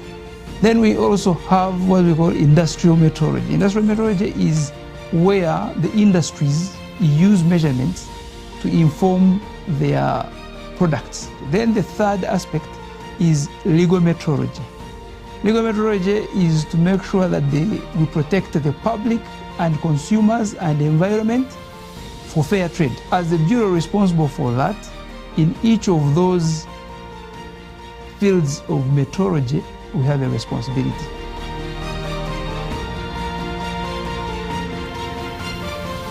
Metrology affects everything, every decision making, be it in trade, be it consumer protection, in all sectors. An example, when you look at the agricultural sector, and Uganda, we are an agricultural economy, an agricultural country. Whatever inputs into the agricultural sector are measured either in kilos, if it's about the seeds, or liters. When you look at the health sector, the diagnostics, when you go to any health facility, the triage they do, the checking of your temperature, your pressure, all that is measurements. If the measurements or the tools are not working properly, then the diagnosis is going to give wrong indications, and the doctor will diagnose poorly. When you go into minerals, we are talking about the ATMs, minerals. We are talking about case of Uganda, our first oil. We are talking about, we have about 6.5 billion barrels of oil, crude oil. But that is measurements. When the oil comes out, we have share agreements. There's something called the fiscal metrology, how you apportion the value out of a resource. When you talk about the energy sector, the meters that they use to bill you at your households, the water meters, all those need to be verified that they are actually measuring very well. So metrology is so diverse, from the shoes size of an individual, to the size of the jacket, to the amount of fuel that you put in the car or you pay for. So metrology helps to ensure that there is proper decision making for trade, for health, and any decision, and therefore policies.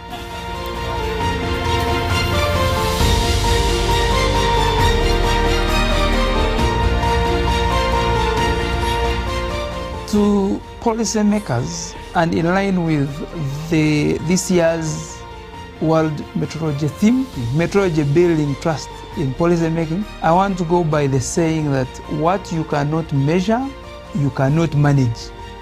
And the basis of measurement is to ensure that the tools that you're using are well calibrated and they are verified, and therefore you can trust the reading. And this goes for all the sectors. That way, we will export more, we will do import substitution, and we will industrialize. And surely, the tenfold growth strategy is in reach.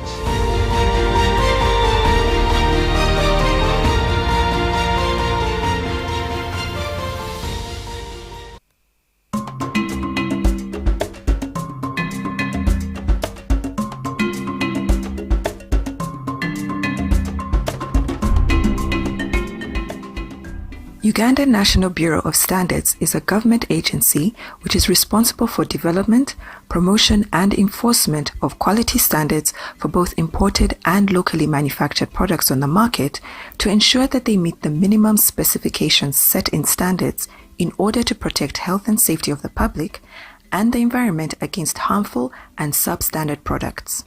UNBS also promotes fair trade by ensuring precision in the industry through verification of accuracy and reliability of measurement systems.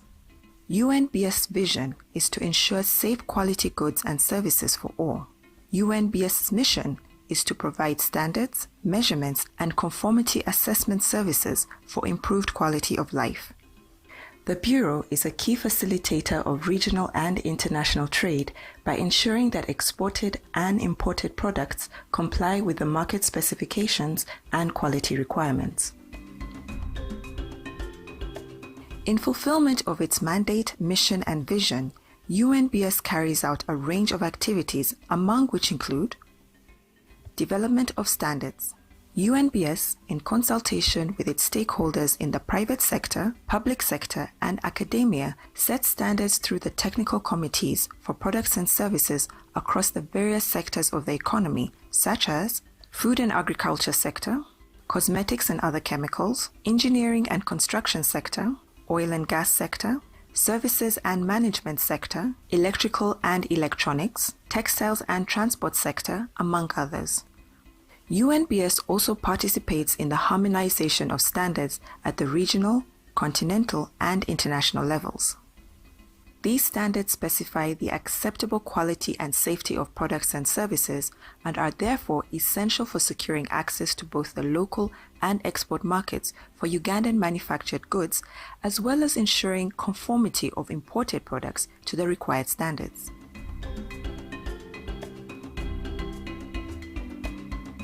In order to ensure that products conform to the relevant national, regional, and international standards, UNBS carries out analysis in 4 of its laboratories, namely Engineering Materials Laboratory, Electrical Engineering Laboratory, Chemistry and Microbiology Laboratories, the Food Safety Laboratories, which are internationally accredited by South African National Accreditation System, SANAS.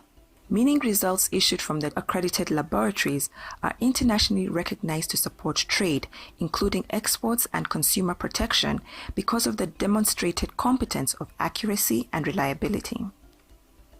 UNBS has also decentralized its testing services by opening up regional laboratories in Gulu to support the northern region, Mbale to support the eastern region, and Mbarara to support the western region, in order to reduce the cost of doing business and turnaround time for analysis.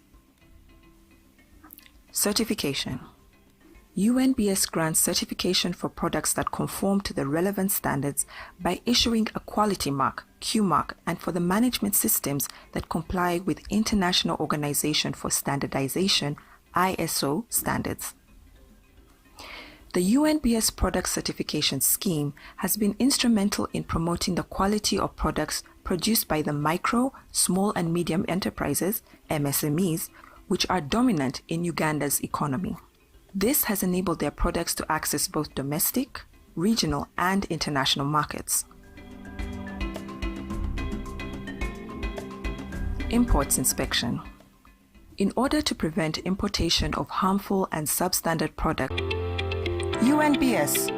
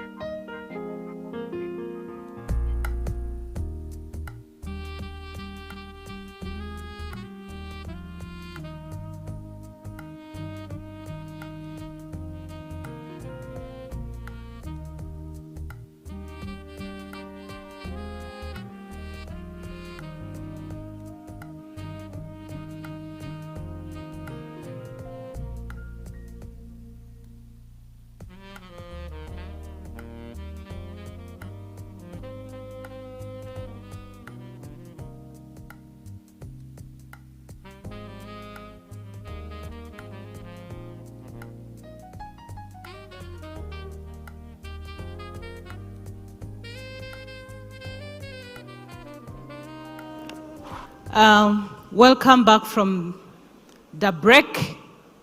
I hope you had your tea and you're also able to look at what our experts have to show in the area of metrology. Ladies and gentlemen, without taking any more of your time, we are moving to the next segment of our program today, and we are getting into the panel discussion.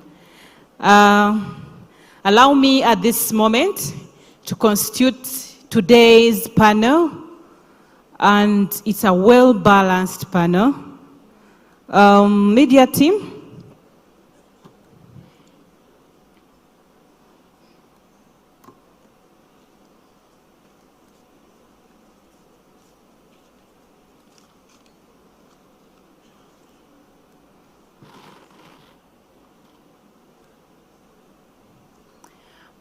Allow me to introduce our first panelist this afternoon, Dr. Letitia Namubiru from the Uganda National Bureau of Standards. She's the lady in charge of legal metrology. Omukyalo oyo yakulira empeereza ya UNBS ekwatagana n'ebipimo, minzaani, byonna ebyo. Dr. Namubiru, you're welcome. Because you're the only lady on the panel, you can choose which chair to. Yeah, okay. Allow me introduce our next panelist. He's called Mr. Abbas Mutiaba. Mr. Abbas Mutiaba is the chairman for the Construction and Hardware Dealers Association. I usually have jokes with Mr. Mutiaba ngagamba, "Fa baby duka." But I don't want to take him as such. He's a very powerful gentleman. He's in charge of a very powerful constituency. We all know issues of measurement in that sector is very critical. So welcome Mr. Mutiaba to join the panel this afternoon as we celebrate World Metrology Day. Allow me introduce, he's in charge of all those big names that are putting products for us on the market. And yes, he's a friend of metrology and he's a friend of UNBS. We work closely with the doctor and the entire team at the Uganda Manufacturers Association. Allow me introduce our next panelist, the man who makes sure that he's advocating for the consumer, omuntu wa wansi. Allow me invite Mr. Richard Henry Chimera, who is the CEO for the Global Consumer Center Uganda. He'll be joining the panel, and he'll be representing the voice of the consumers on this panel. Madam PS and ED, we have a powerful panel here today. I don't know. I'm proudly associated with this panel, and I don't want to be the one to unmask them. In the house this afternoon, we have our very own academia, researcher, public policy analyst, Dr. Fred Muhumuza from Makerere Business School, and he will be moderating our panel discussion today.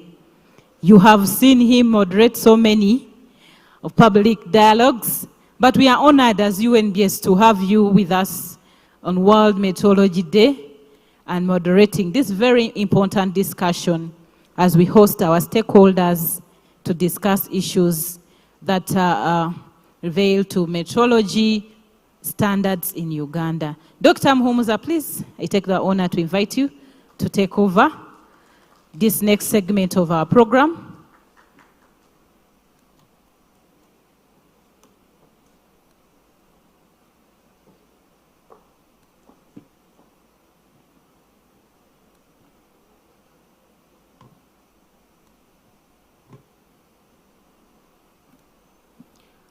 Thank you and good afternoon, everybody.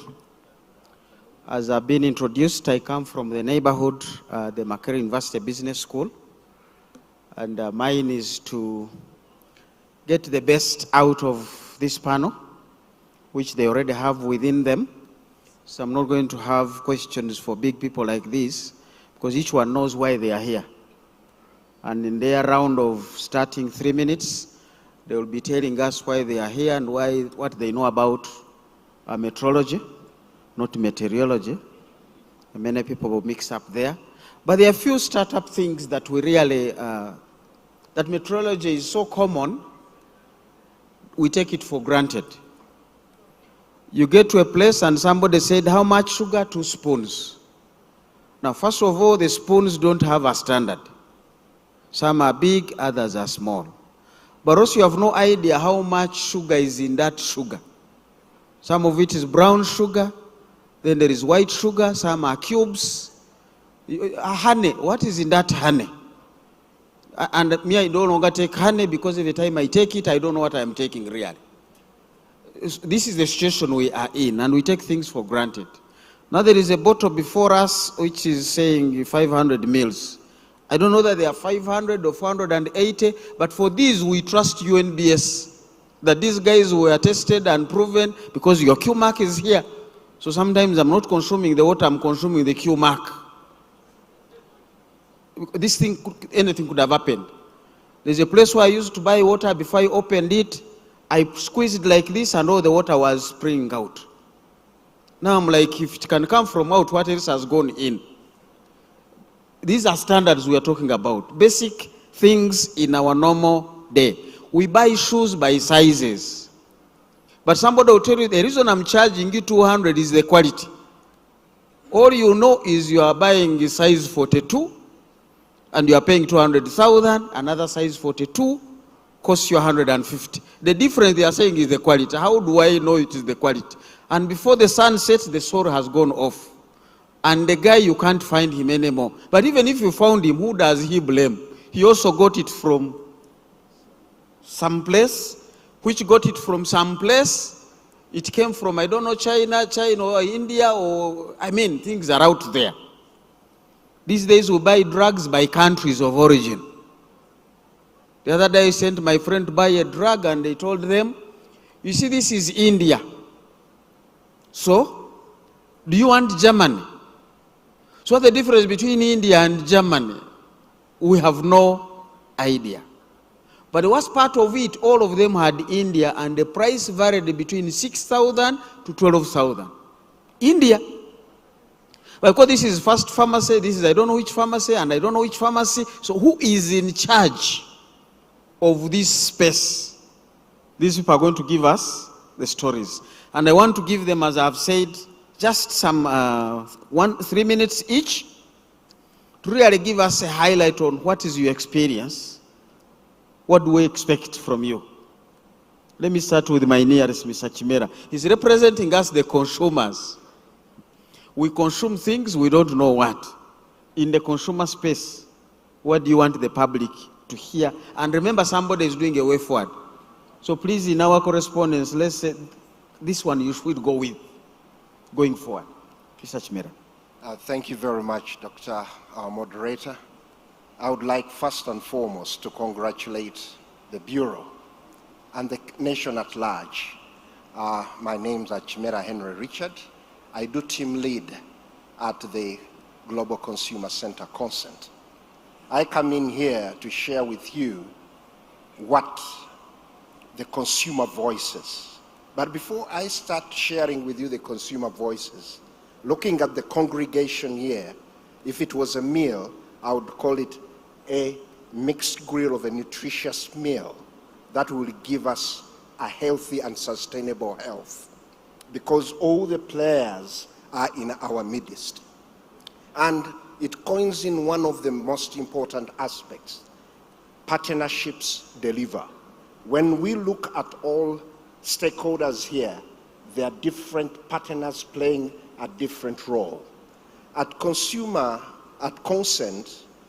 we do 2 programs: consumer protection and better business. When we rebranded from Consumer Education Trust, we went to the Consumer Center. Why?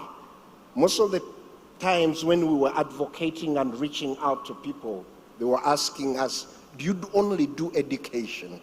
But I would say, no, we do not do education only. We do advocate. And then, why do you bring in better business? We get the consumer voices, and we go and talk to the business who provide goods and services to the consumer to do better. And looking at the theme of today, building trust and getting the policies to work, they need evidence. All that has been shared with our guest of honor, keynote speaker, and the chairman of the council were part of my notes, but I've put them aside just to tell stories, because the stories leave a legacy and a living memory. One, I'll give you a story why I bring what I bring here in this regard. We do comparative testing. We have nearly same offices where Bureau has regional offices. We are in Mbale, we are in Gulu, we are in Kasese, and here in Kampala. But when we were in Fort Portal, one day or during the World Standards Day of 2013, we did comparative testing, and I asked every guest we had at that consumer dialogue, come with your best product pre-packaged. And I would like to share with you, everybody wanted to go out, even the traders who were there. What they were selling wasn't meeting the weight. Even their products, and they were annoyed against themselves. I say, when did you last calibrate your weighing machine? Even the commercial officer of that area, we did the same in Gulu. So that shows that awareness, learning is very key on a daily basis. Even those my experience in 30 years plus of standards developing and in working with the National Bureau of Standards, I've learned one thing. Even those we think know, at times they don't know. So, the takeaways, though they will come, but I would like to start with one takeaway. Do partnerships to do awareness. I've been watching the movie here, but one of the aspects that we work with and has helped us to have milestones is working with the cultural institutions.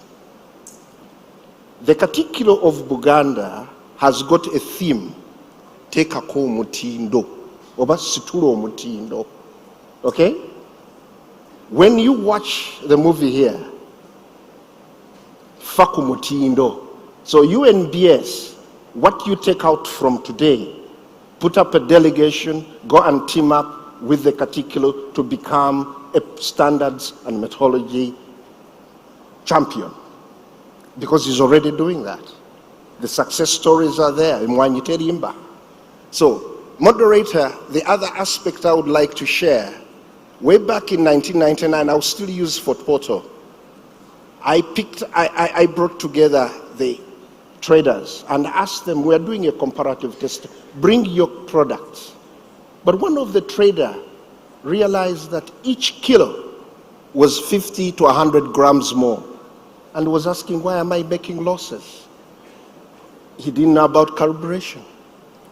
So, I'm going to end the first segment by giving you two reports.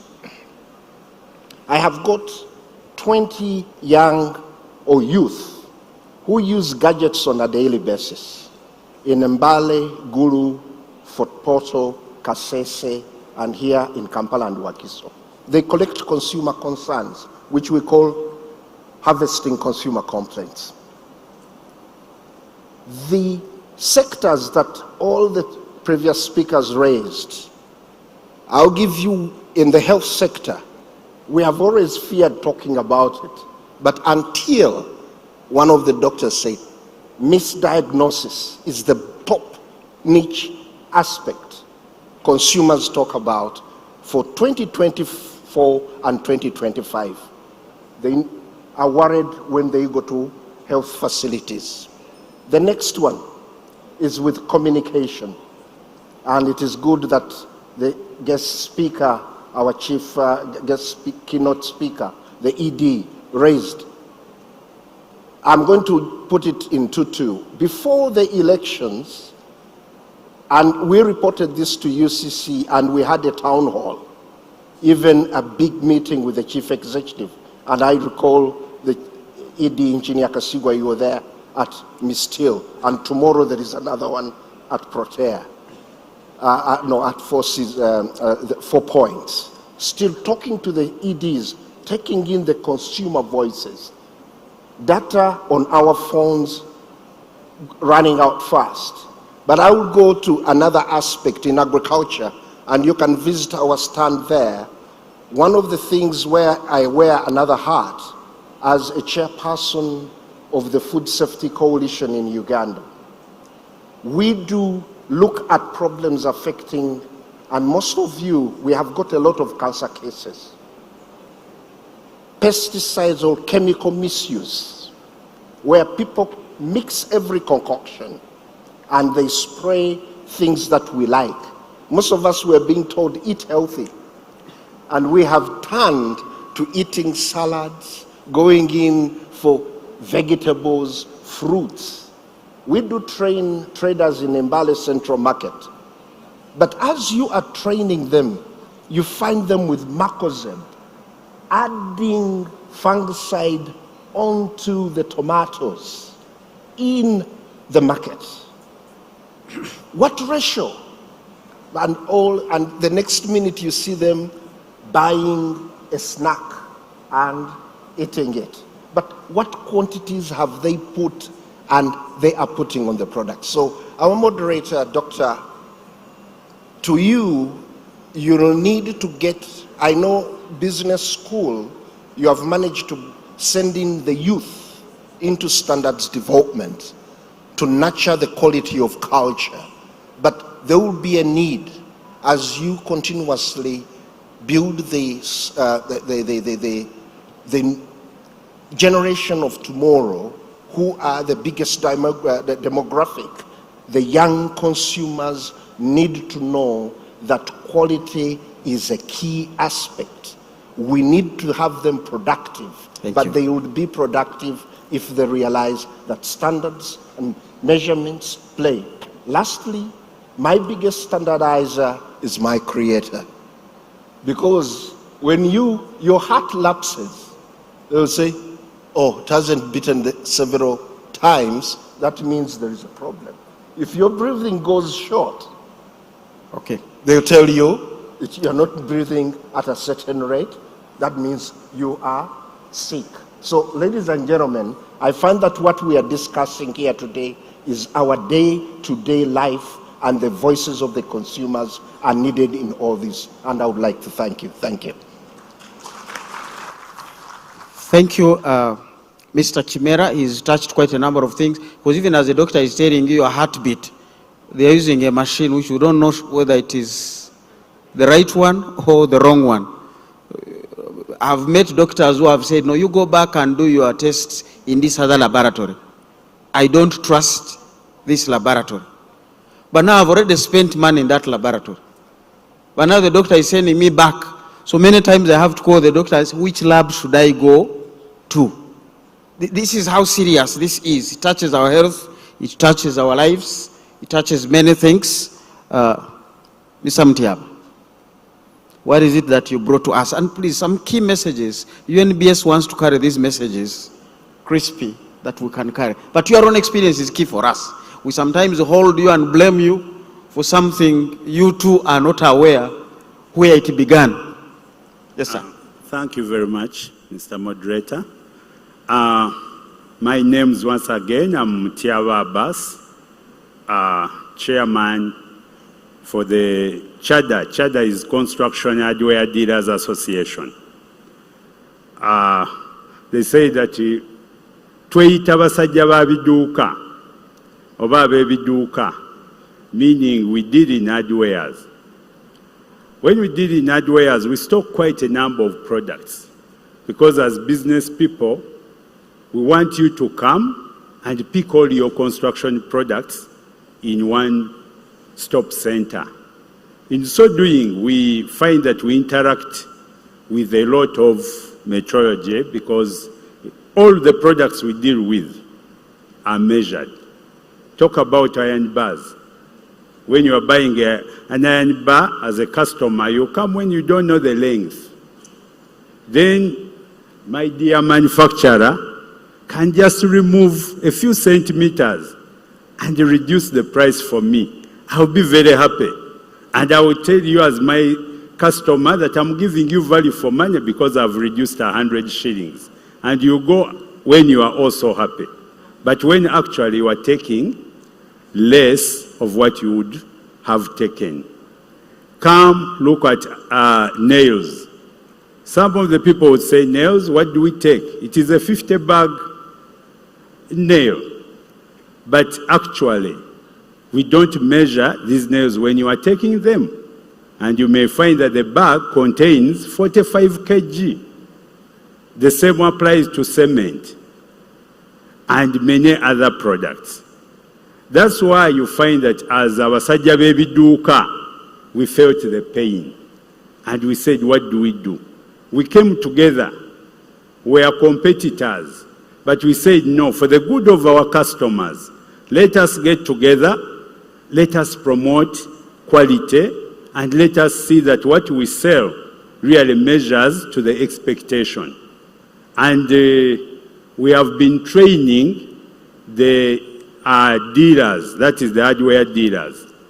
We have invited UNBS on a number of occasions and we thank them. They have been with us.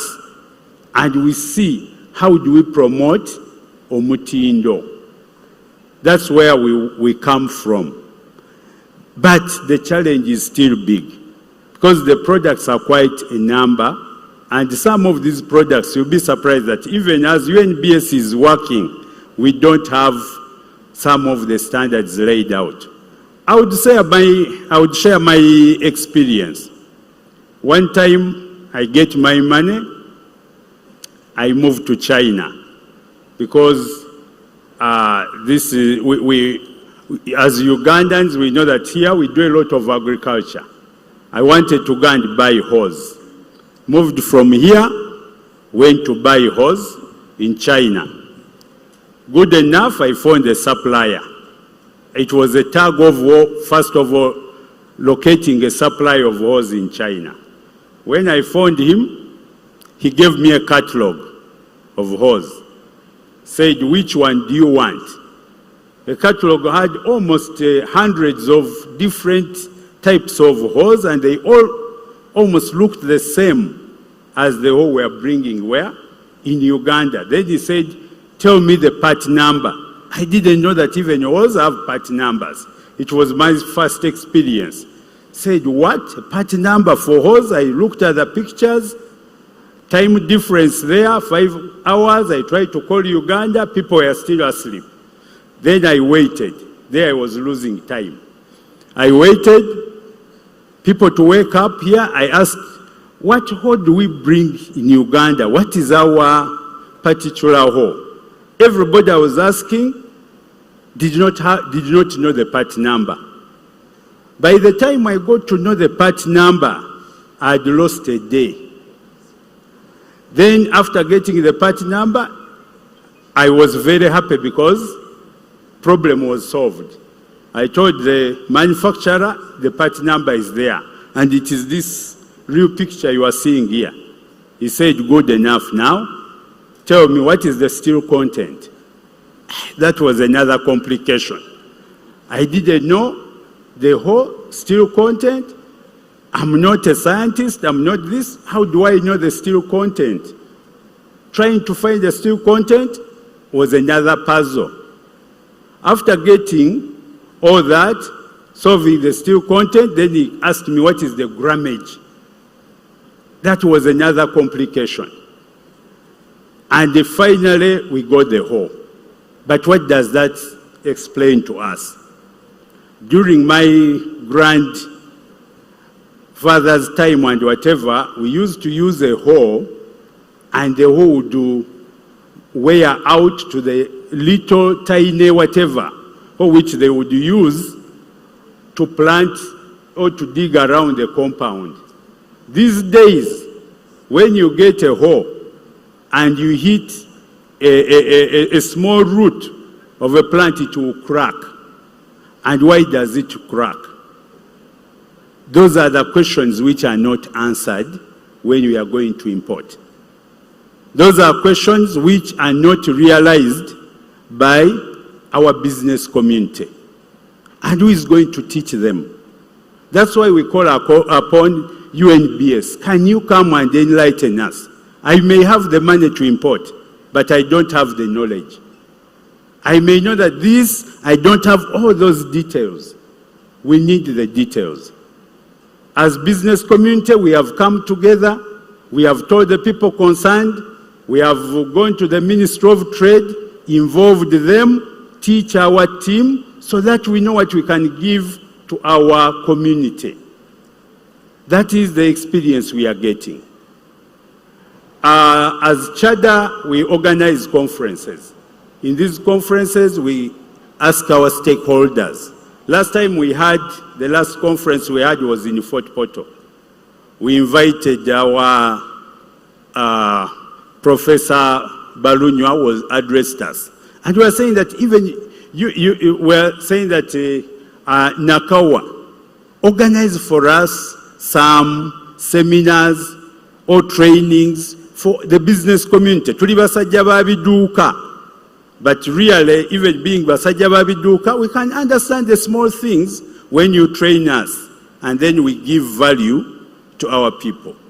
So that's why we say that when we talk about metrology or measurements, we need them. Standards, we need them. If I supply you a poor product, tomorrow you will not come back. And I want you as a regular customer. So when you organize this, we are very, very happy. And when you invite us, we are happy to address our customers. For us, we call them our customers. We are happy that we address them and they feel what we go through. What you may have on the market as substandard products, it is not because they are substandard that some of the people want to cheat, but because they lack the knowledge. Thank you very much, Mr. Moderator. Thank you very much. It's just unfortunate that my students are doing exams. Right now we are following the competence-based planning, and it is not us now to organize conference. We want you to come and teach the students the realities of life. Because for us, we are teaching marketing students. We are teaching accountants. But they don't know when I come to value the inventory, that each of these holes actually has a different price because of what is in that hole. Now for them, they will simply count holes, multiply each hole by 20,000 and say the stock here is this much. Now somebody is losing out somewhere. So we are going to be linking up. We invite you to meet the students. Before they come, they should have known what is out there. I remember one time I was on an agricultural show in Gulu and went to talk with Master Ferguson, and we're talking about tractors. And you guys, people were just buying tractors. And then they said, but what type of soils are you engaging the tractor? Because that will determine whether I give you what caliber of the tractor. Many times you buy a heavy-duty tractor for soils that are as soft as soroti, even a cow, an ox plow works there. But for you have brought a very heavy-duty tractor that should be the soils in Impigi, and you have paid 300 million, you could have actually paid 180. So there is a lot of value loss standards. Ladies and gentlemen, we are in a real conversation of the realities of life. And we need to take this very, very seriously to understand.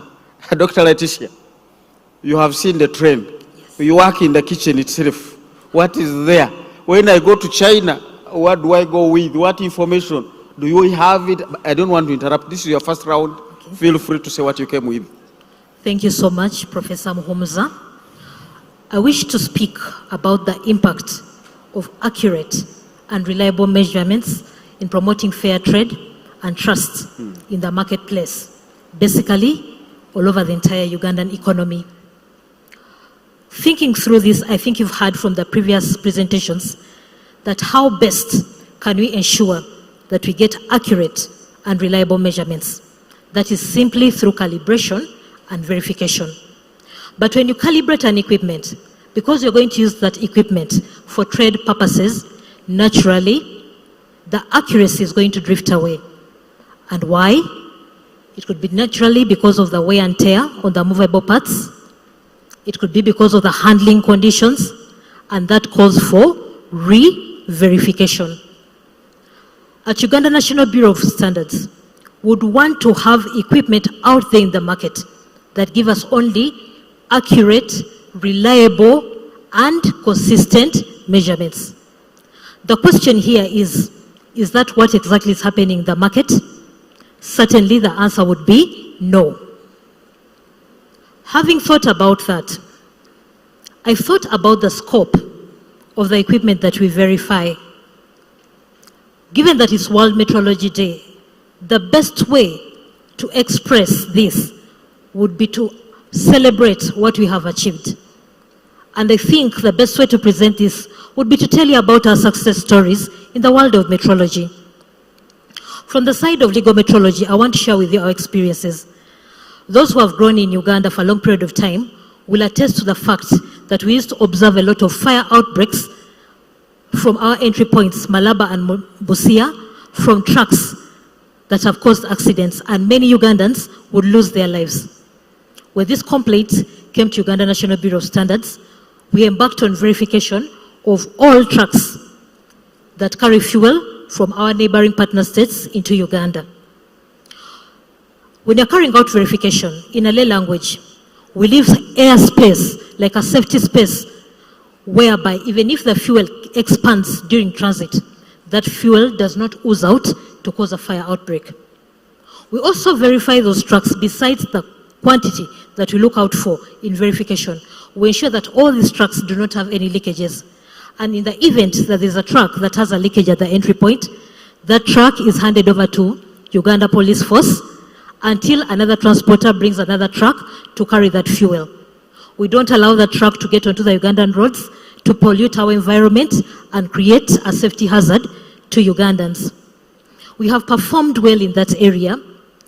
Initially, we were verifying only fuel tankers, the kind that carry petrol as well as diesel. The demand has gone so high that the dairy sector today is calling upon UNBS to verify their trucks, as well as the Ministry of Agriculture is calling us to verify their trucks that carry crude oil. We are not yet where we want to be, but I think we can register progress in that area.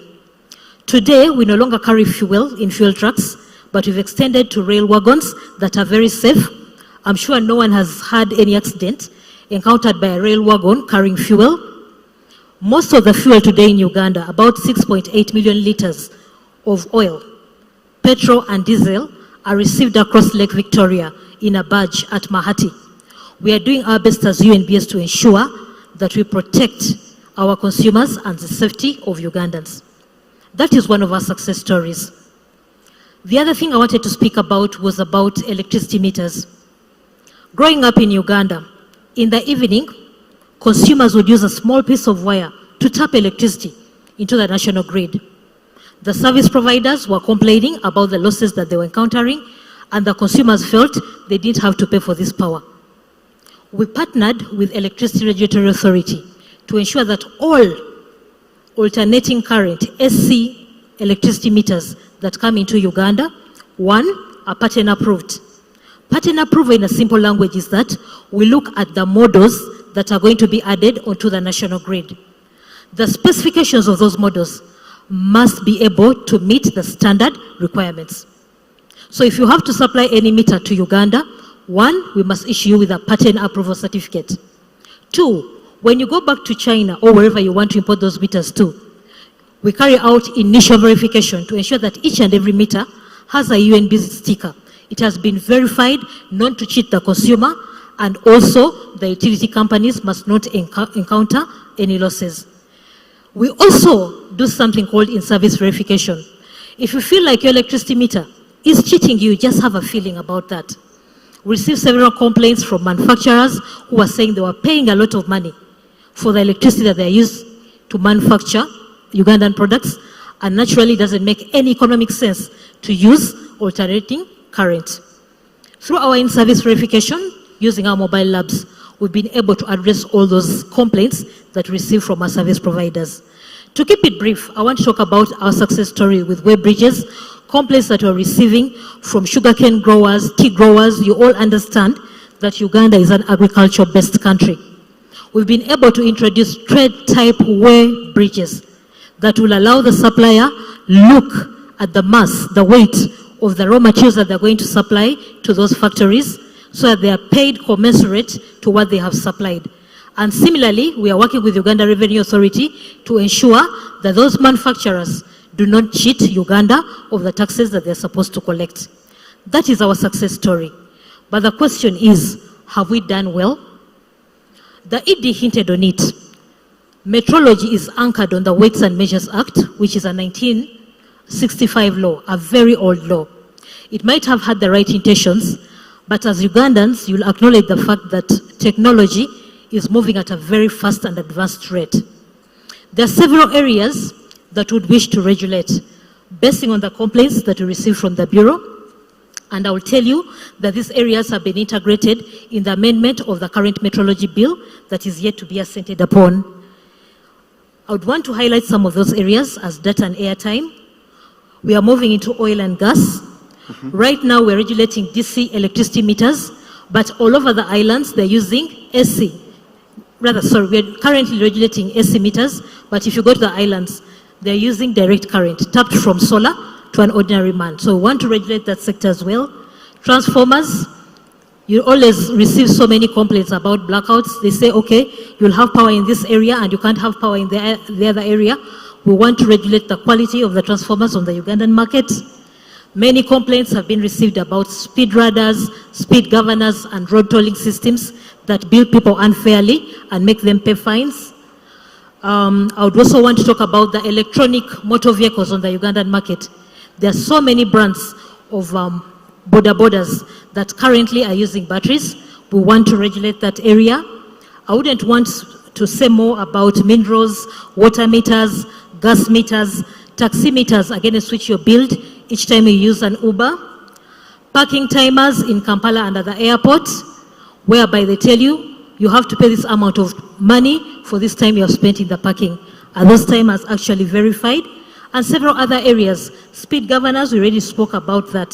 So those are areas that would really want to regulate henceforth to ensure that the enormous complaints received from our clients are addressed.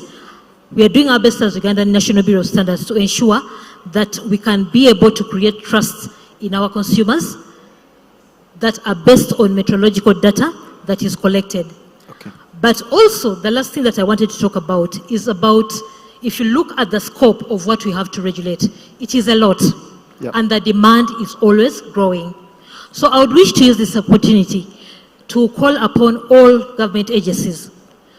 Everything may not be regulated under UNBS, but we can do something called co-regulation, just like we are doing with the Electricity Regulatory Authority of Uganda, the Petroleum Authority of Uganda, the Ministry of Energy in the area of oil and gas, so that you can be able to improve in that area.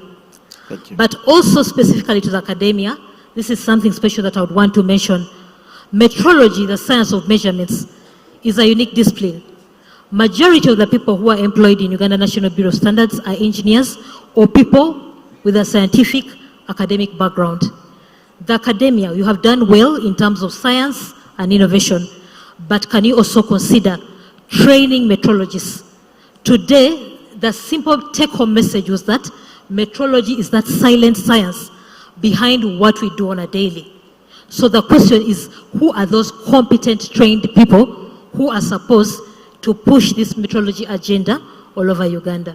Okay. Thank you, moderator. Thank you very much. You've listed quite a number of things, and I could feel my friend here, Chimera, saying, when are they coming to Muntu Wawansi? Muntu Wawansi is complaining about the charcoal they buy by sacks, and there is no standard sack for 50,000 or 80,000. And even when you buy it, they say, this one we have added a top on it. We have no idea down there.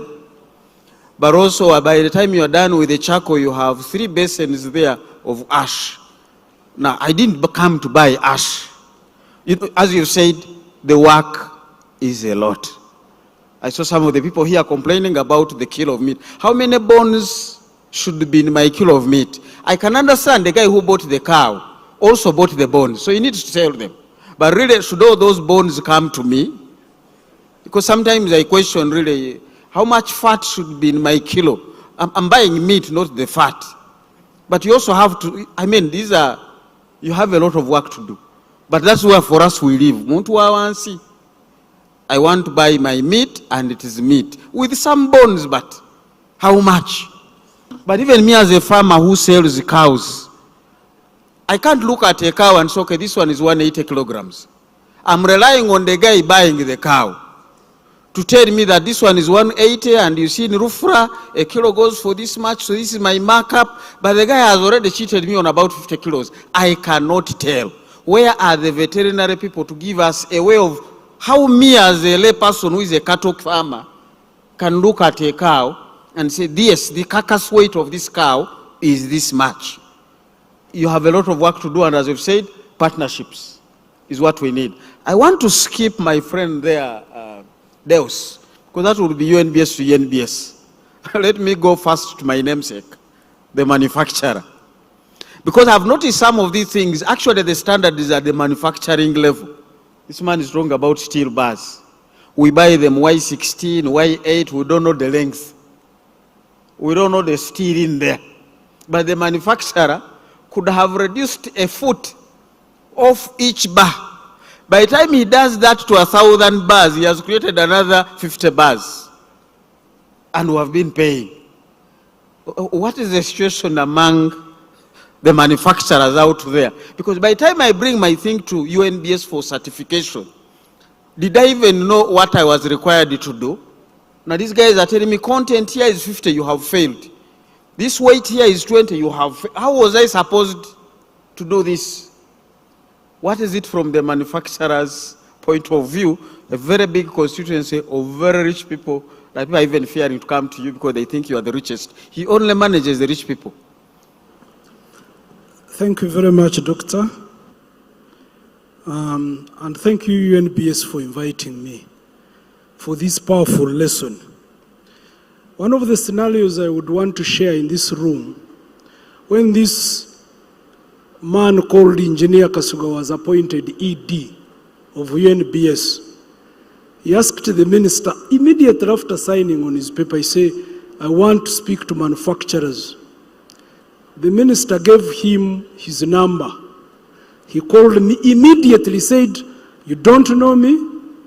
I am called Kasigwa. I have been appointed 30 minutes ago by the minister to head UNBS. So in my arrogance, so what? So he says, I want to meet you now. I said, I'm on Entebbe Road. Can you come to my office? So I come to your office. The next day he said, no. He called Ainebiona, the commissioner for industry. So he happens now to be authoritative. He calls me, says, I have instructed the ED to meet you now. I said, much obliged. We meet at Serena. So when I met Kasigwa, he said, I wanted to consult because my whole goal is to repurpose the industrialization agenda for this country. I looked at the smart man, I was like another English speaker now. What is this young man now talking about? He was so passionate. He said, there is nothing called UNBS. I said, it's the pillar for industry. So I looked, pillar for the industry, what do you mean? I couldn't quickly understand exactly where UNBS becomes a pillar for industry. It has taken him another good 1 year.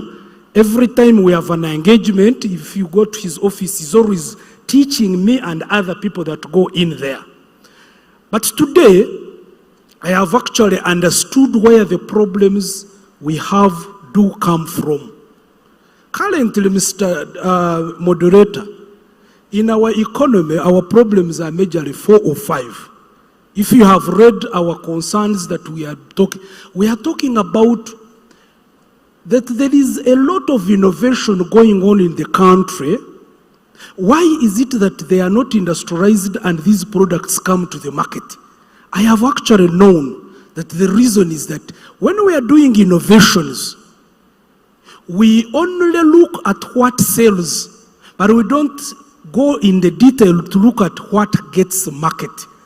I have realized there is a difference. You can sell to the people and they buy because they are ignorant.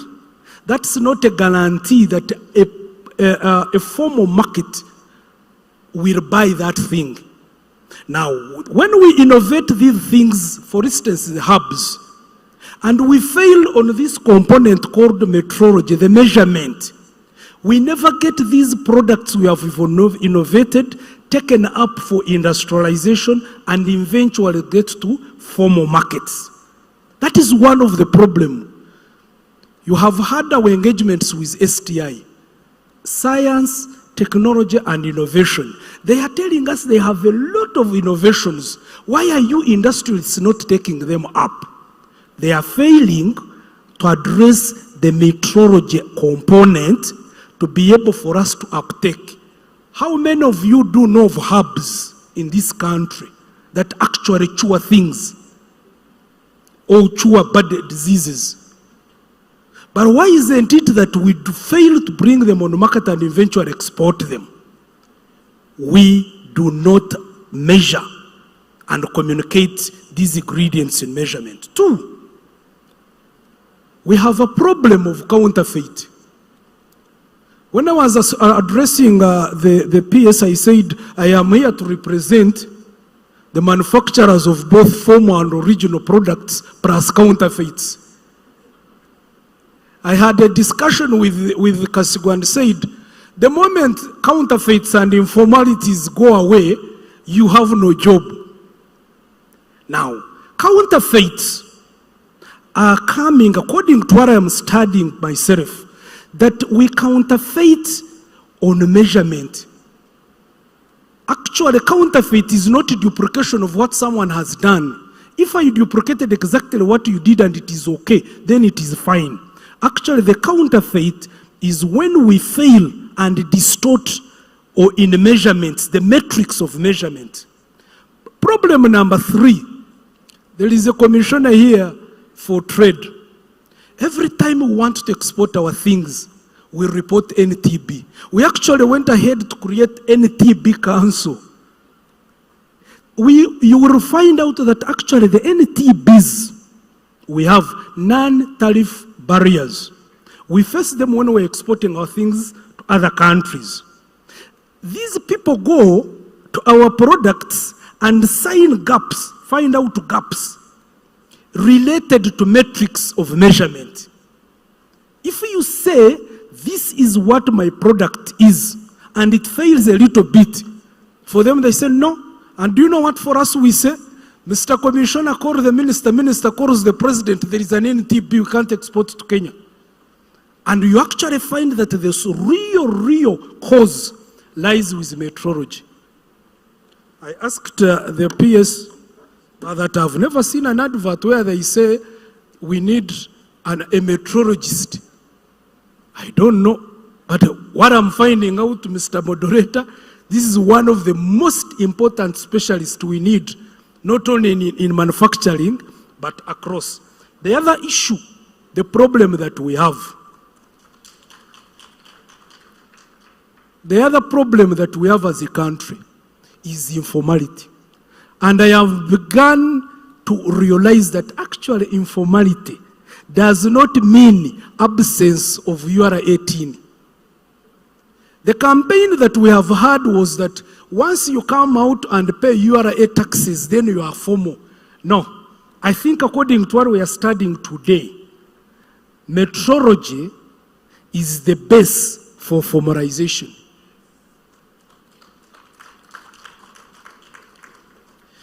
can I be able to define what I am talking about to be a component of my business in very measurable terms, then I am formal. But if you cannot measure, I like when he said that if you cannot measure it, you'll never manage it. Then it rang in my brain that actually the reason why humanity fears death is because we can't measure it. Thank you, sir.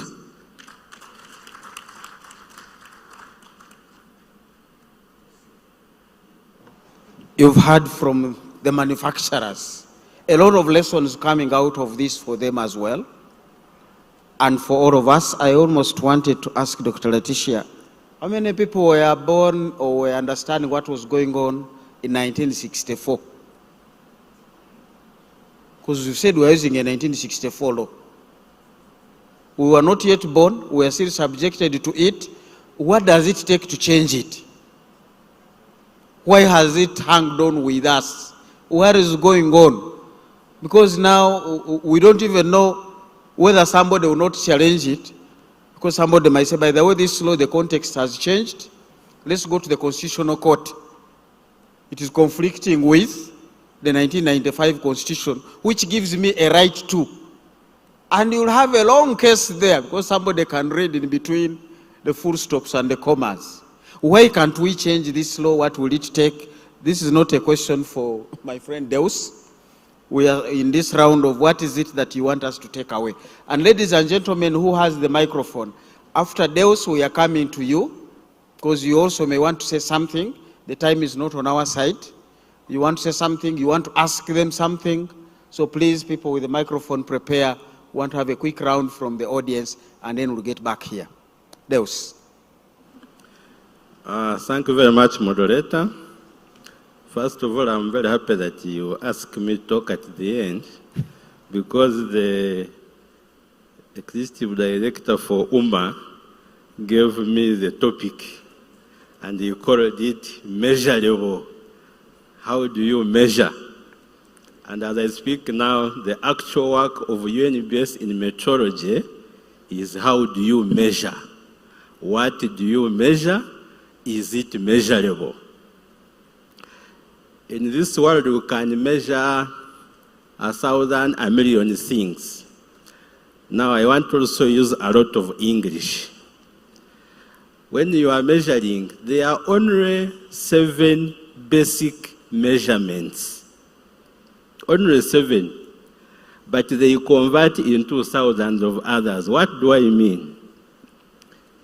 Let me first mention them maybe. Like I said, I have a lot of English. A kilogram is for measuring weight, what scientists also call mass.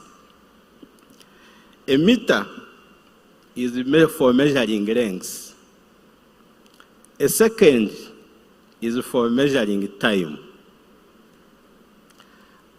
An ampere is for measuring electric current. Is what we call a Kelvin, which most of us call a degree centigrade, is for measuring temperature. Then you have what we call a mole for measuring quantity of matter. Those are 6. The 7th one is what we call a candela. That's for measuring the quantity of light or light intensity. Those 7 are the basic measurements the world over. All other measurements are derived from only those 7. What do I mean? All of us know volume. We have to talking about fuel. We take liters, we take this. Volume comes from length. Just a matter of multiplying length 3 times. And you either get a cubic meter, you can call it a barrel, you can call it a liter, but it comes from length. When you talk of force, the force they will tell you it is the weight per something. Eh? When they say speed, they say it is maybe meters per second. So you are just combining the other 7 around. So those are the 7 measurements that we do.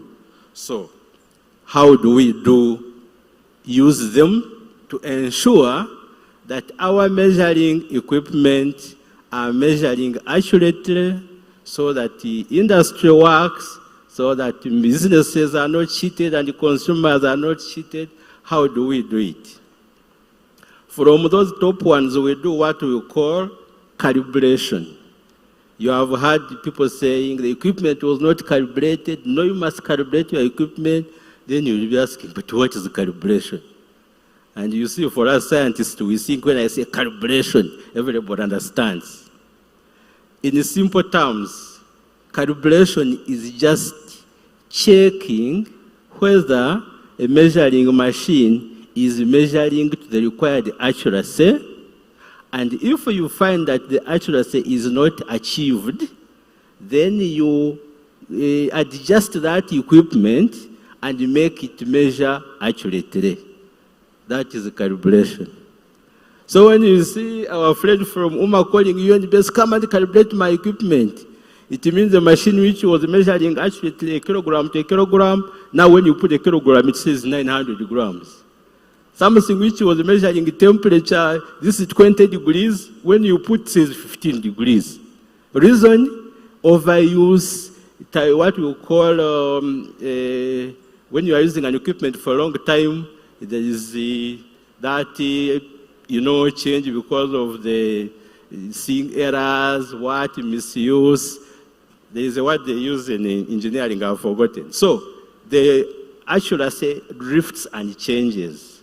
So regularly, like every year, you must check the machine for accuracy. If it is not accurate, then you restore the accuracy through calibration. And that is the work of UNBS currently, and that's what they are helping in manufacturers, in the industry, in the health, in the construction, in aviation, in the transport, everywhere where you are measuring. And I also want to inform you that measurements have different sensitivities. The other weighing scale in the shop, when you go to buy meat, and instead of 1 kilogram, they give you 900 grams, they have cheated you and you go home complaining and quarreling, but you will not be injured. But the other manufacturer of medicine, who is putting some active ingredient in medicine, if he measures wrongly and he puts too much, it's poison, it will kill you. If they put too little, it will not heal you. So calibration is important to make sure that when you are making a decision using the results of an equipment, you are actually making the right decisions. So I think as we get out of here, if we can know that measurement is important and calibration is important and verification is important, we may also need to know, but if I don't calibrate, what happens?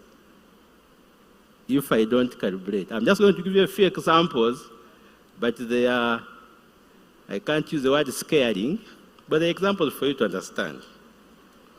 One example is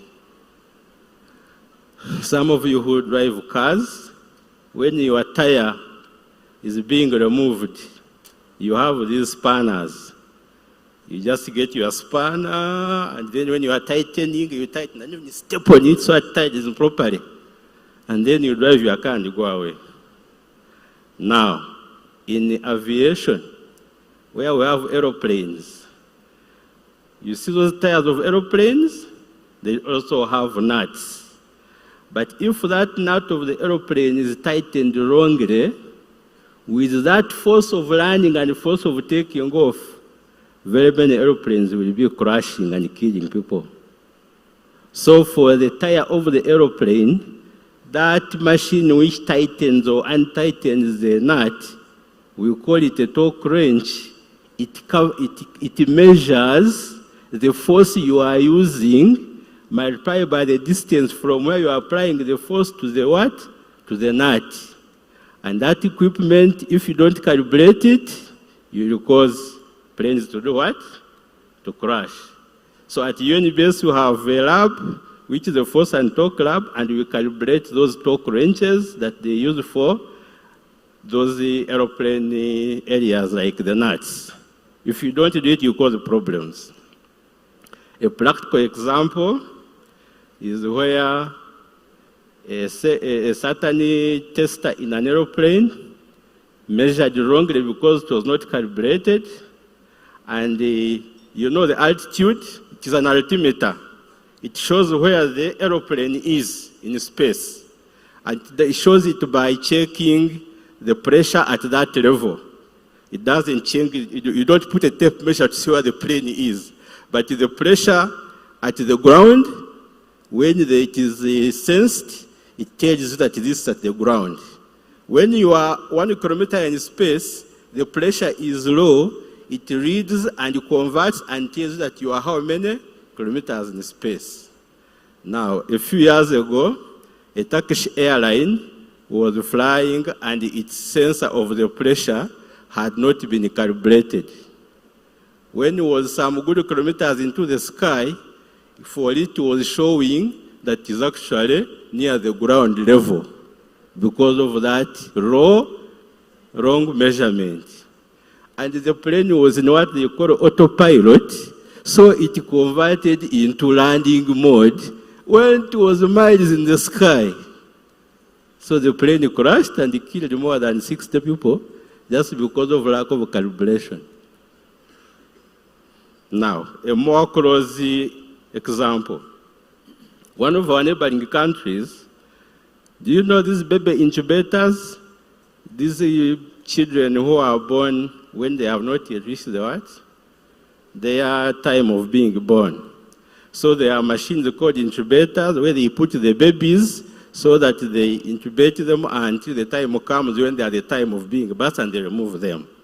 Those incubators have temperatures which are like the temperature of a what? Of a lady's whatever, stomach, if I can use the word, the womb. The temperature it imitates. But this particular incubator, the reader was reading the same temperature like that of the womb, but the actual temperature inside was higher. Actually, it was around 40 degrees instead of 37 something. So the children they would put there to incubate, they would get out dead bodies. More than 20 children died before they said, but what's happening? When they came to check the machine, they found actually the temperature level had not been calibrated, so the temperature inside was different from what was reading. And the babies were lost like that because there was no what? No calibration. So when we talk of that, we are just not saying it's a theory, but we are saying it should be practiced. The scientists should help us and practice it, and we save our lives. Thank you. The live example, last one I can give you, is that there was also a certain neighboring country where we had a cancer treatment machine. This one which, like what we have in Mulago, which puts some radiation in the cancer area and it cures the what? It heals the cancer. Now this machine actually, because it had not been calibrated, it was not even sensing that there was no radiation coming. So they would put patients in the machine, switch it on, time it for the maybe how long the patient is there, not knowing that the machine did not put what? Put radiation because they had not checked it. And the patients were getting problems. So, in short, it's very important to follow the scientific issue of metrology, which is the calibration of our equipment, so that we save ourselves, we grow our economies, we grow our businesses, but also save lives because it's not just a joke. And as I conclude, I want to indicate that because in Uganda and in many African countries, we were not knowing what metrology is and what its importance is, we are not putting their money. So the little areas where we are actually active, which are helping us, are not complete. We still have a lot of areas where we need to inject money so that those areas are operational. Can just give you a few examples. Okay. Like There's what we call photometry, which measures light. There's what we call dosimetry, the one I talked about, the cancer machine. If you don't check it with the dosimetry, you want to know that it is working, or too little dosage can't heal, too much dosage can kill. So you must always be monitoring it. We have what we call time and frequency. Some of you who said the gigabyte they have given me was too short. I didn't even last how many minutes, the GBs and MBs. It's because we are not having the investment in some of the high-end equipment. There's one called the cesium clock. We are planning for it if we get enough support and we procure it. Those who are crying that you are losing GBs and MBs will be safe. Your gigabyte will be a gigabyte and your megabyte will be a megabyte. What we want to get both government and private sector and development partners to bring in more support in metrology so that we cover most of the areas which we are missing. Like these days we are saying wanted to even assemble some phones. We are assembling, not manufacturing. All right. If you want to manufacture phones, there is what we call quantum metrology. Quantum metrology is metrology which goes below the size of an atom or a molecule. It goes to protons, electrons, and neutrons, and with that measurement technology, they can make these ICs, which are the major components, the micro components for the electronic part of the phone. Okay. When you make those ones, you can start manufacturing phones, TVs, even anything that is electric when you have that technology. So if we invest there, through metrology, we should be able to grow our economy tenfold, save our lives, live longer, and have our children play in our absence without fearing anything. Thank you very much. Edie, we have issues to bring your science to where me and you live and work. I'm looking at Kisoro where we buy Irish in basins. Right now as we talk, I mean there are things. How do we begin the issues that are rightly so? The tenfold growth. I've been engaged in the coffee area to study. And you come here in Bugorobi and somebody is buying a ton of coffee, but he's saying the person who has brought it, this ton, when I sampled it, 10% is foreign material, it's not coffee. So your 1 ton I would discount off 10% in paying you. Then they say the moisture content was a little bit higher, so part of the weight is water. How is this trader from Masaka, Mwanyiterimba, supposed to have known these details? Leave alone the farmer who was simply drying his coffee on a tarpaulin. But now the first time they engage the standard is here in Bugorobi. And this man has been buying coffee by tons and has already paid. He makes his entire loss right at this level. So before we do the planes flying, it's good because they kill people out there. This man's people buy cassava in Kalerwe. The melon, I have no idea. Last night I bought it. That one is 20,000. This one is 8,000. I have no idea whether it is size, whether it is color, or whether it is Kayunga melon or Masaka melon. This is where we live, ladies and gentlemen. And that's why I want to bring it to you. What is your experience with this thing called standards? The ED is taking notes. The financial year is beginning. He wants to say, in this financial year, I want to address things that affect us. My colleague there, my namesake, talked about these nururus and, the local herbs. We buy and drink them by jerrycans, sometimes by cups. But what exactly is the content? That is if there is any. So there are lots of things that we need to discuss where we live, and this meeting is about you and me informing the people in charge of standards. I hope, Afande, you're not going to be asking us how tight our nuts and bolts on the tires are. Thank God you don't have the machine also. You would chase all of us. We have no idea. I have to step on to make sure it is firm. Even then, I have no idea whether it is 50 kilograms or 100 kilograms. Who should step on it? But this is where we are, and this is where we live. And some accidents are coming out of this. Ladies and gentlemen, I see one hand there. I see another hand here. Each one of us will have a minute. We also want to balance out the health standards. It is 1 o'clock. Some people eat their lunch at 1. Where are the microphones? There is a hand over there. There was a gentleman there. There's a gentleman here. You'll also need to see him. After those two gentlemen, I will invite a lady so that my Dr. Letitia has company from the floor. She's already here. Yes, sir. You have your 1 minute. Thank you very much, Doctor. My name is Mugamba Owenpo, and I work with the Southern and East African Trade Information and Negotiations Institute, CIT in Uganda. Thank you, moderator, and for the panelists for the great insights.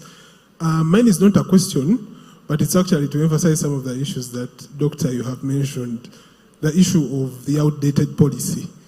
And it's my understanding that the UNBS is taking initiatives and the Ministry of Trade to update that policy, but I think that activity needs to be accelerated. Because of the issues that we've mentioned right now, and as well as the other emerging issues that are happening, the regional integration initiatives, issues of mutual recognition agreements need to be in that policy to also help the manufacturers to access these other markets that are coming up. So the issue of updating the policy, the outdated policy, needs to be accelerated. Then the issue, I think, Doctor, again, you've mentioned that as you were closing, and it's something I wanted maybe to emphasize to the ED and the UNBS as we move forward. On the question of, there's a lack of awareness. There's a bit of a lack of awareness of the stakeholders on the issues that have to do with metrology and standards. And that speaks to the need to strengthen the forums where, the people that do have the information, the UNBS and the government, to communicate these issues to the stakeholders, to enable them to enforce and put these things in place. I'll leave it at that. Thank you very much. Thank you. Communication and people's awareness is key to us because this determines where you are going really. Your meeting with the bosses was at Serena. Serena is not just a gathering place. Serena is a standard. You were looking for that standard. As I've said, the KFC is not chicken, it's KFC. But that's a standard. From the Irish, from the chicken, they have built up a standard. And thank you for saying standards are actually a mix of these things. But somebody will drive all the way until they find Java's house. But they are passing foods of a similar nature. But they are not sure whether that Irish is Irish. So awareness is, as Moms has said, chasing some people out of the market. Some markets you can only be there and sustain them because of a standard. And I think this conversation speaks to our growth. There was a hand here, but let's first clear that hand, then we'll come to you, sir. Yeah, thank you so much, Mr. Moderator. My name is Haji Aziz Mkota, and I'm the Manager Testing Services at Uganda National Bureau of Standards. Actually, mine is not a question, but I was responding to one of the questions you posed to the panelists. And that was a question regarding a doctor tells you to repeat tests. And you are wondering which lab to use. So I think since it has not been answered by any of the panelists, I felt it in order to answer that. And I want to relate it to the issue of metrology, which is the subject theme of today. So basically, to respond to your query, in choosing a lab to carry out the analytical test, because labs have different standard requirements. The labs have a different standard which they follow for demonstrating competency in carrying out the tests they do in the lab to ensure that the results they are giving to the individual, they are reliable and accurate. That is ISO 15189. And then these other labs, the metrology lab, the calibration labs, the food safety labs, and any other engineering labs, we have another standard, ISO 17025. But they have one commonality, which I want to link to metrology, and that's the issue of equipment. The issue of equipment to use must be well maintained. They must be well serviced and up to date. More to that, the equipment should be calibrated. And that's when the issue of metrology and the theme of the day comes into play. Before a lab is declared to be internationally recognized, to be accredited, it must have that demonstrated evidence to show that the equipments are well maintained, they are calibrated, and they perform accurate results. And to that, before a lab is even accredited, it must demonstrate that the methods they are using for testing, whether it is a clinical lab or the food safety lab or the engineering lab or the calibration lab, they must show that the methods are validated. They have proved that the method is fit for purpose by determining the accuracy of the method, by determining the repeatability and the precision of the method, by determining the detection levels to avoid these issues of false positives and false negatives. So that's why when you say you released a result from an accredited facility, it is internationally respected because they have that demonstrated competence. They've participated in what we call professional testing and laboratory comparisons, whereby somebody gives you an unknown sample, you do analysis on it, you give him the results with your method and the people you've used for analysis, and then he evaluate you for your competence based on the results you released. Because you didn't know the result, you didn't know the answer, but somebody has the answer somewhere and is judging you. So that's the beauty with using the accredited facility. Thank you. But now you have raised another question. Please bring the microphone this side, and as you come, he's actually not solving my problem. Because if the doctor himself is not trusting that lab, and you let it be on the system, then it looks like whatever you are talking about is not trusted even by the doctor who receives that result, which goes back. Bring the microphone to this gentleman here, which also is speaking to awareness. So me as a person seeking a test for a lab, do I know which lab to go to? I know people here are paying 3 million to take their children to Kitende because they know. They are going to Namagunga because they know. Even us in the villages, we are going to Satito SS, but not another neighboring school because we know. So awareness of which lab is still not with the public. So whatever you did with the lab is not helping the public, including the medical doctor himself. He has the microphone and then you'll come on. We are about to wind up, and thank you people. I see some lunch coupons, I hope. Those are lunch coupons, not invoices. So didn't tell me, Kirabo didn't tell me about invoices. Kirabo means a gift. So I have 2 more people. Thank you very much, Mr. Moderator. My name is Poki Zito from an organization called Kabuta. Kabuta, not Kaguta. And that is an acronym for Kampala Butchers and Traders Association, an umbrella body for meat outlets out there, which strive to deliver and dispense quality meat. Many questions. Number 1, go to Dr. Namubilu. First, what's the difference among these 3 terms? 1, quality, standards, and the measurements.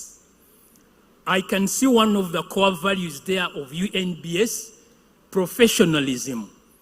I shall compare notes, but let me first hear it from you, Doctor. What do you mean by professionalism there? Because we normally hear, that one is a professional doctor, but now is when in prison or something like that. That one is a professional accountant, but at the end of it, he's in prison. So what is that? When you answer, then we shall compare the notes.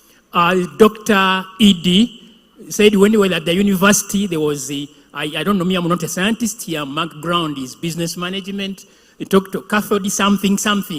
Now this is an international university where the calibration was wrong. And if the calibration is wrong at an international university like that, then what do we expect down here? Now, Dr. Mubangizi, I remember when the president had just come in about 40 years ago, he talked about the essentials of development as science, tech, and managerial skills. We intended to concentrate on science, tech, and forget the managerial skills bit. I'm happy I learned from Dr. Mubangizi. He talked of something, protons, electrons, about manufacturing the telephones. Now, Dr. Mubangizi, I will engage you, I will partner with you, then we go into manufacturing of these phones. Lastly, they talk of science, technology, innovation, and business. Science, technology, innovation, and business. That's business, a bit of it. brings in the managerial skills. Thank you very much. You already had the microphone. I Yes. think I will be closing off there. I'm not seeing any new hands. You seem to have been ably represented. Please go and stand next to that hand. It will be the last one.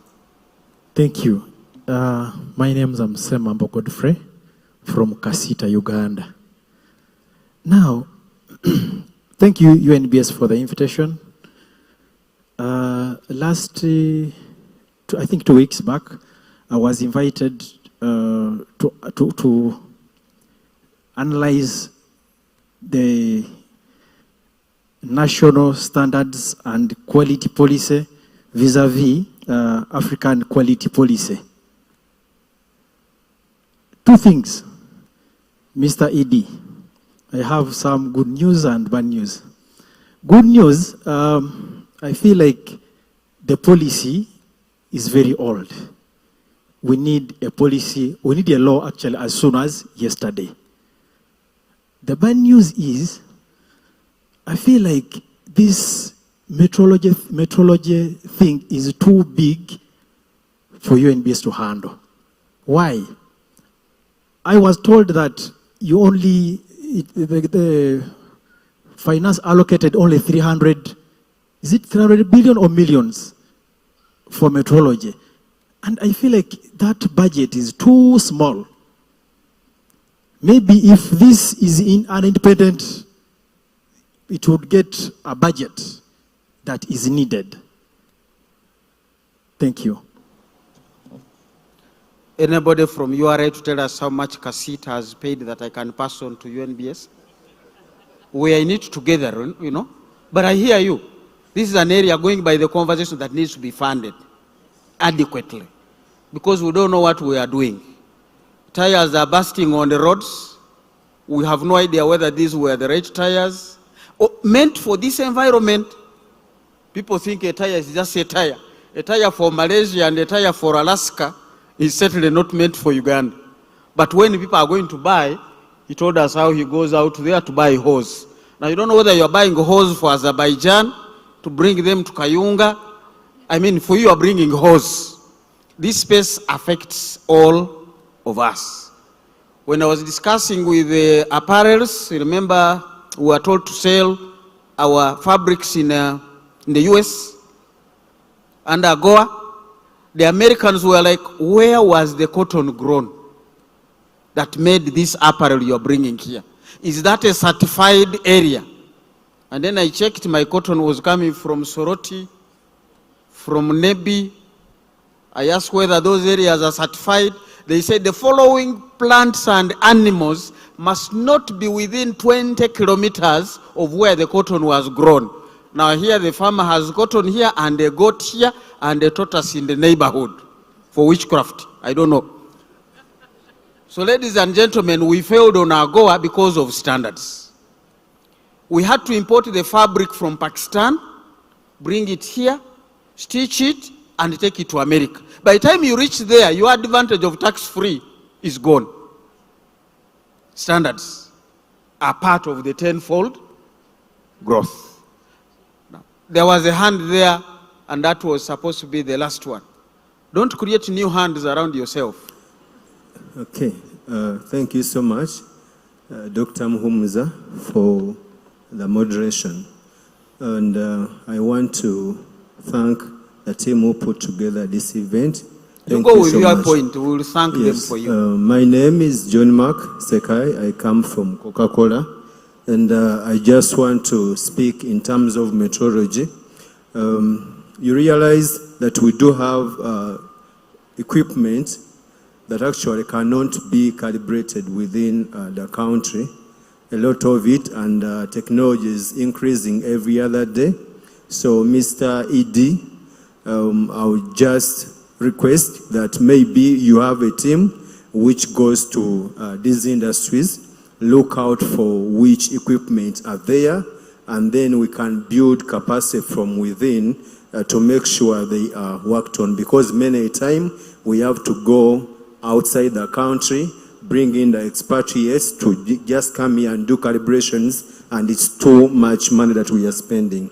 My other question is, when I visited one of the tables behind there, I was inquiring about the scales. And one of the gentlemen told me that if there is a scale, a weighing scale which has a knob on top where someone can adjust, actually that scale is not supposed to be doing business. And I'm a farmer on the side. I looked at a scenario in my village. A guy comes to buy coffee because I'm a coffee farmer, and the guy can cheat you the way they want. And me, the thing I resorted to doing, if I can't get my weight on your scale, I chase you away. So I don't know if everyone has capacity to know their weight every now and then, as I do, but it's disturbing. So my question is, why can't UNBS go in and stop these things from entering the country so that we are not fighting these counterfeits from within, but we just stop them from coming in? Thank you. Thank you very much. Was that really a burning thing? You have 1 minute. Give him a minute. We shall warm up the... But remember, there is a standard on our food. It shouldn't be too cold. So just use your minute. Thank you, Dr. Muhumuza, for the opportunity. And I want to thank Dr. Muhumuza, Ezra Muhumuza, for breaking things down as simple as possible. In the communication, they said, UNBS said, there should be collaboration between academia and media, academia and the regulators like UNBS. From what I've heard, from what Dr. Muhumuza, the moderator, is doing, and what Dr. Muhumuza, Ezra, has done, is they have simplified measurements. My question is, how can we make people, because you can have a good policy on measurements or metrology, when it benefits people who understand it, like large companies. My name is Dennis Nsubuga. I work with the Federation of Small and Medium-Sized Enterprises. Now, from our interaction with small and medium-sized enterprises, these are so-called, most of them are called informal. These people, when you talk about measurements, they see it in where I see an opportunity. This is where I see an opportunity to make a profit when I have something that is not good, that is not to the standard. I mean measurements that are not to the standard. Or when UNBS wants me to have good measures, when I see them, I just run away. So my question is, how can we use academia and the regulators to teach people that measurements are actually the things that are going to make you go high or develop from where you are, from the informality? Because Dr. Ezra said metrology is the best, is the basis, is the foundation of formalization. Now, how can we make people appreciate, build the culture of metrology, making it simple? How can we make it simple for the people so that people do not fear, I don't know, removing the fear and the scientific things from metrology? How can we make it? Can we use academia? I want to draw your mind to thinking about the small person. How can we make them appreciate this so that we can grow our industries, starting with these small people? Because these small people are the ones that actually do this work. The big guys come in, but for us, the small and medium-sized enterprises are the ones that build the nation, because they have the nation at heart. Thank you. We get your point. My neighbor has cows, and every time he asks how much milk was produced that day, they tell him 2 buckets. Now, we don't sell milk in buckets. We sell in liters. You talked of those things. What by then, okay, well, how many cups are in a bucket? The answer has never come through. But at the end of the day, he gets paid for his milk.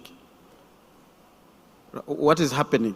I want to begin takeaways and maybe quick responses by UNBS. The other ED will give your remarks as you send us away, because there were questions sent to you, but also what have you picked that you're going to be doing? Let me begin with Dr. Letitia. Some quick things. These are closing remarks, but there are messages you want to give us as we go away. Thank you, moderator. There are some questions that were directed to me. The first one was about standards. What is the definition of the word standards? I want to define standards in two different ways. If you're going to look at the word standards under the UNBS Act, you're talking about guidelines. A document that gives you guidelines on the quality specifications, the value that you can get from using a product, or how it should perform.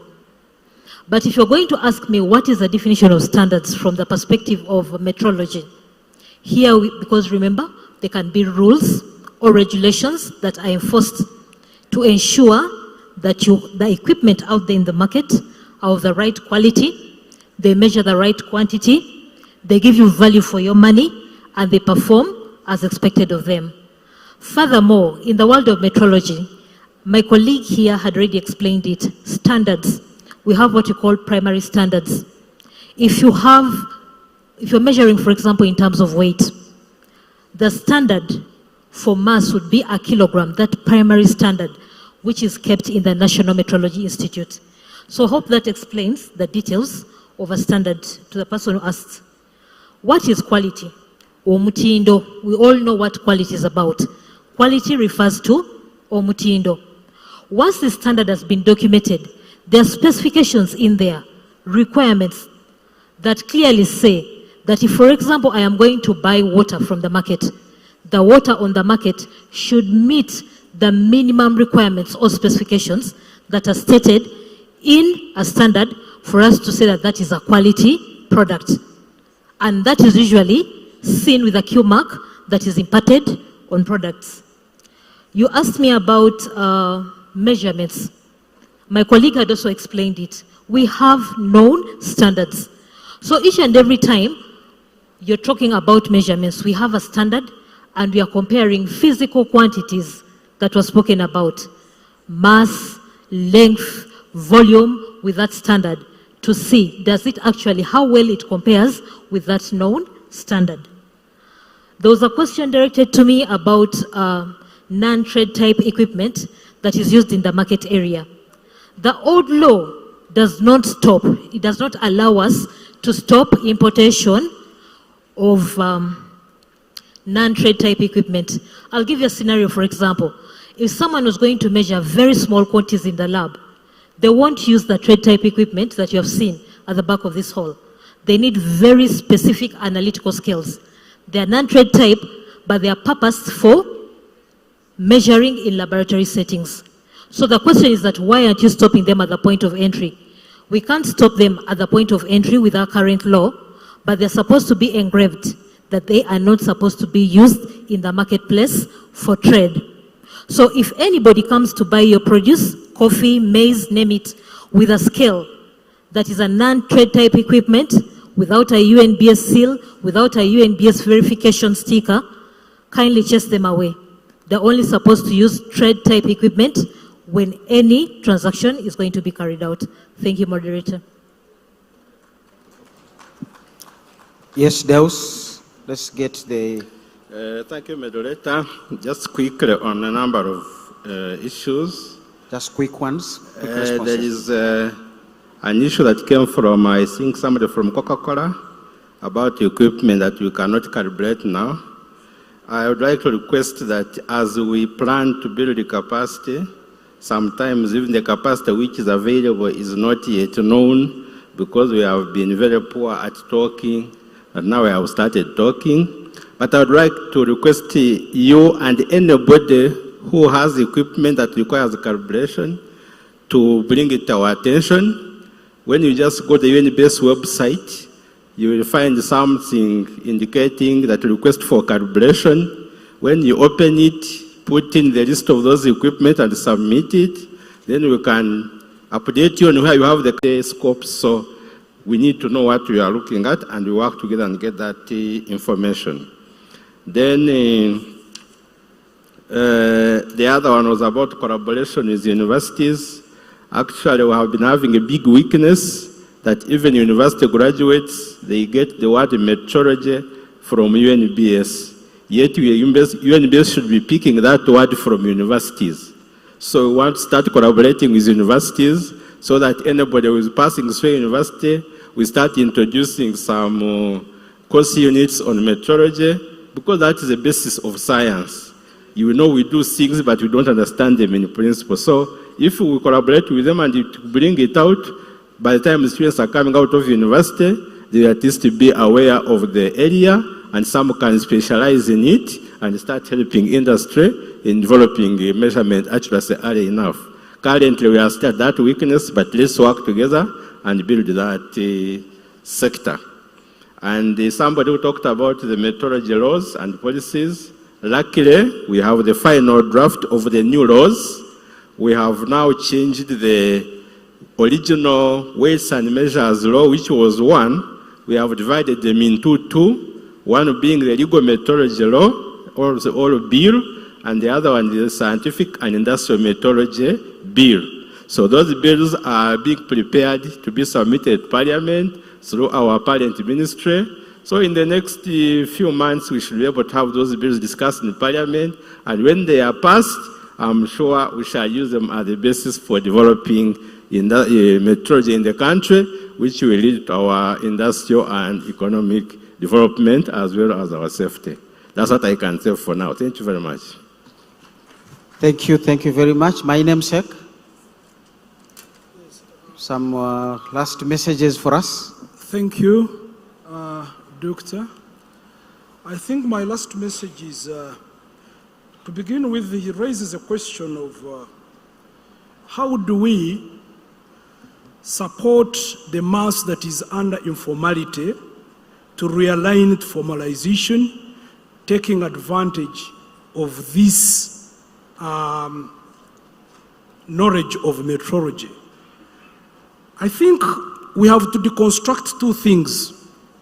First, when do we visit UNBS?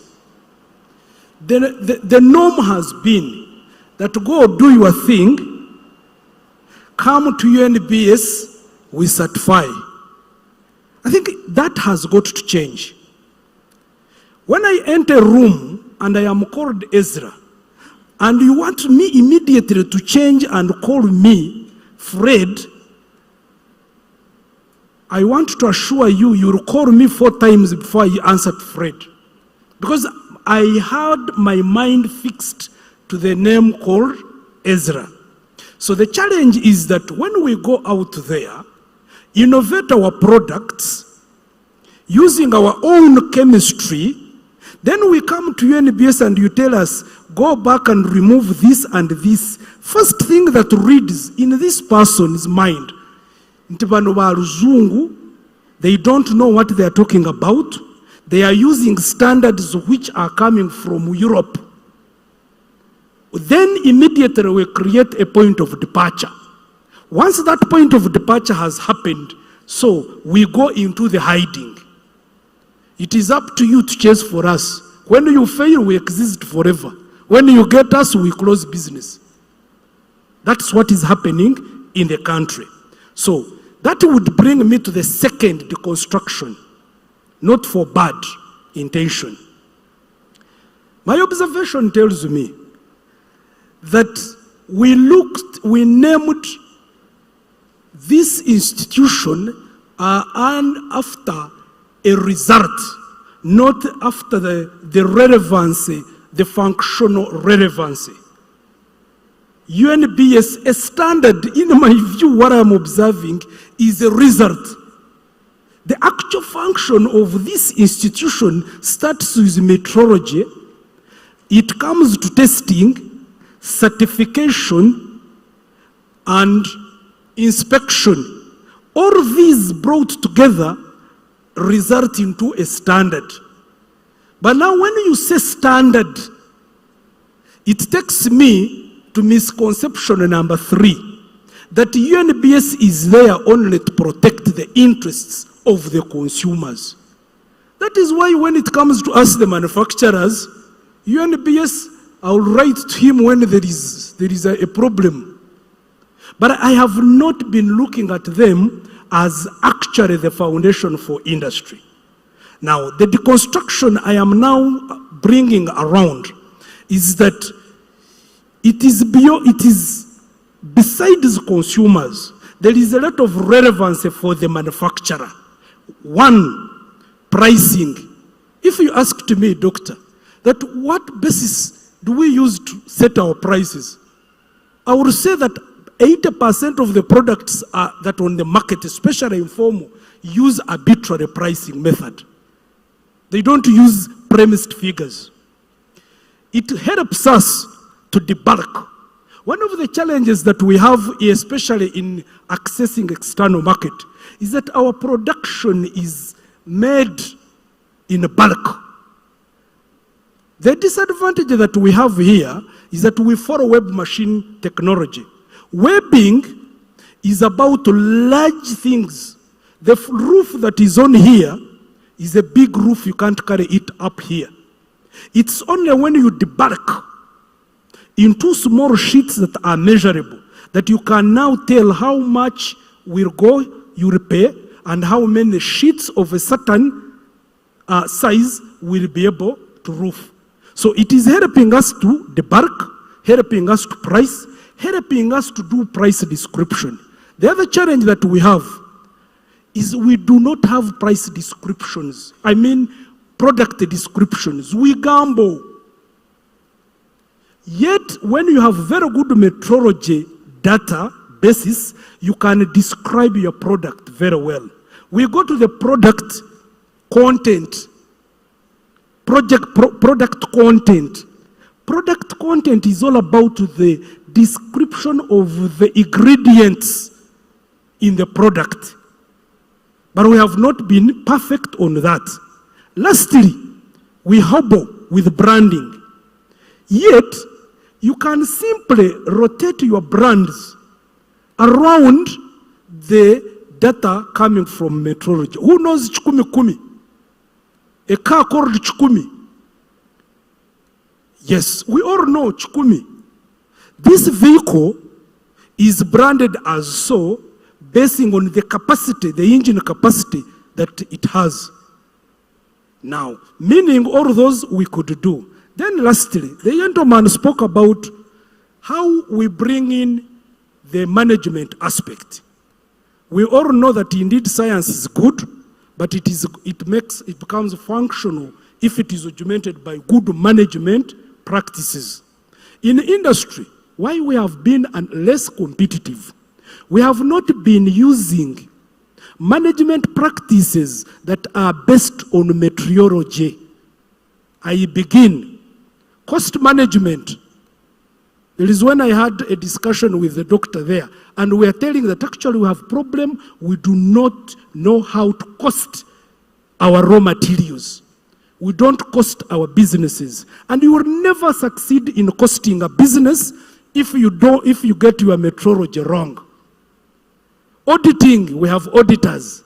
We are talking about growth, expansion. It is based on what? It must be based on output figures. But you ask our companies, where are the output figures and how do they vary? Quality, everyone says, is the highest quality. In my view, observation tells that quality is simple variation of the content, metrics of the content, isn't it? That the high quality is high concentration of these ingredients. Low quality is low concentration. But both are not necessarily, none of them is wrong, is a bad product. Variation in quality should be appreciated, but described according to the content metrics. So, that's my key takeaway, Mr. Moderator. I thank you very much. And I think that we should carry on this discussion. I promise I'm going to make separate arrangements with our manufacturers to engage UNBS beyond going there for a certificate. I think you have a big role to help us with beyond just a certificate. Anyone can, I think, can sign a certificate. This is where the real job lies. I thank you. Thank you, namesake. These are takeaways. I also promised I'm going to call the practitioners to meet my students. I can't teach them what I don't know that you need from them. You'll be the one to speak to them. So when I call you here, this is what I need. Yes, sir. Mr. Mtiawa, your parting shot for us. Thank you, Doctor. Mine is a simple takeaway. As a takeaway, I have only one simple issue, that is the consumer awareness. What we realize that as we are promoting quality, as we are preparing what we want to sell to our consumers, we find that most of the consumers are not aware of what they expect or what they are supposed to take. And that is the reason why you find that they take anything which is on the market is good for them. And some of them go to the extent of interpreting that what they are taking in case of a lower price, that is the value. So what I request UNBS is to emphasize training and consumer awareness. If we can achieve that, if I find that somebody who is coming to my chiduka, he knows what he wants and he demands for it, then even me who is a trader, that's what I would demand from my supplier. So we think that if we emphasize that, then halfway the poor quality products will be reduced on the market, and also the metrology would be put into practice. Because when you come to our farmers, so the groups to give the awareness are many out there. But ultimately, the representative, the man is representing, the real consumer should know. And I think that's the point, is emphasizing consumer awareness, because we are being cheated by somebody between the hardware and the real me who is doing the construction. I am not aware. But if I was aware, I would ask this engineer and say, but wait a minute. So, my friend Yachmera, your last word for us, the consumers, who are even asked questions, how noisy is that church? I hear they're supposed to be decimeters.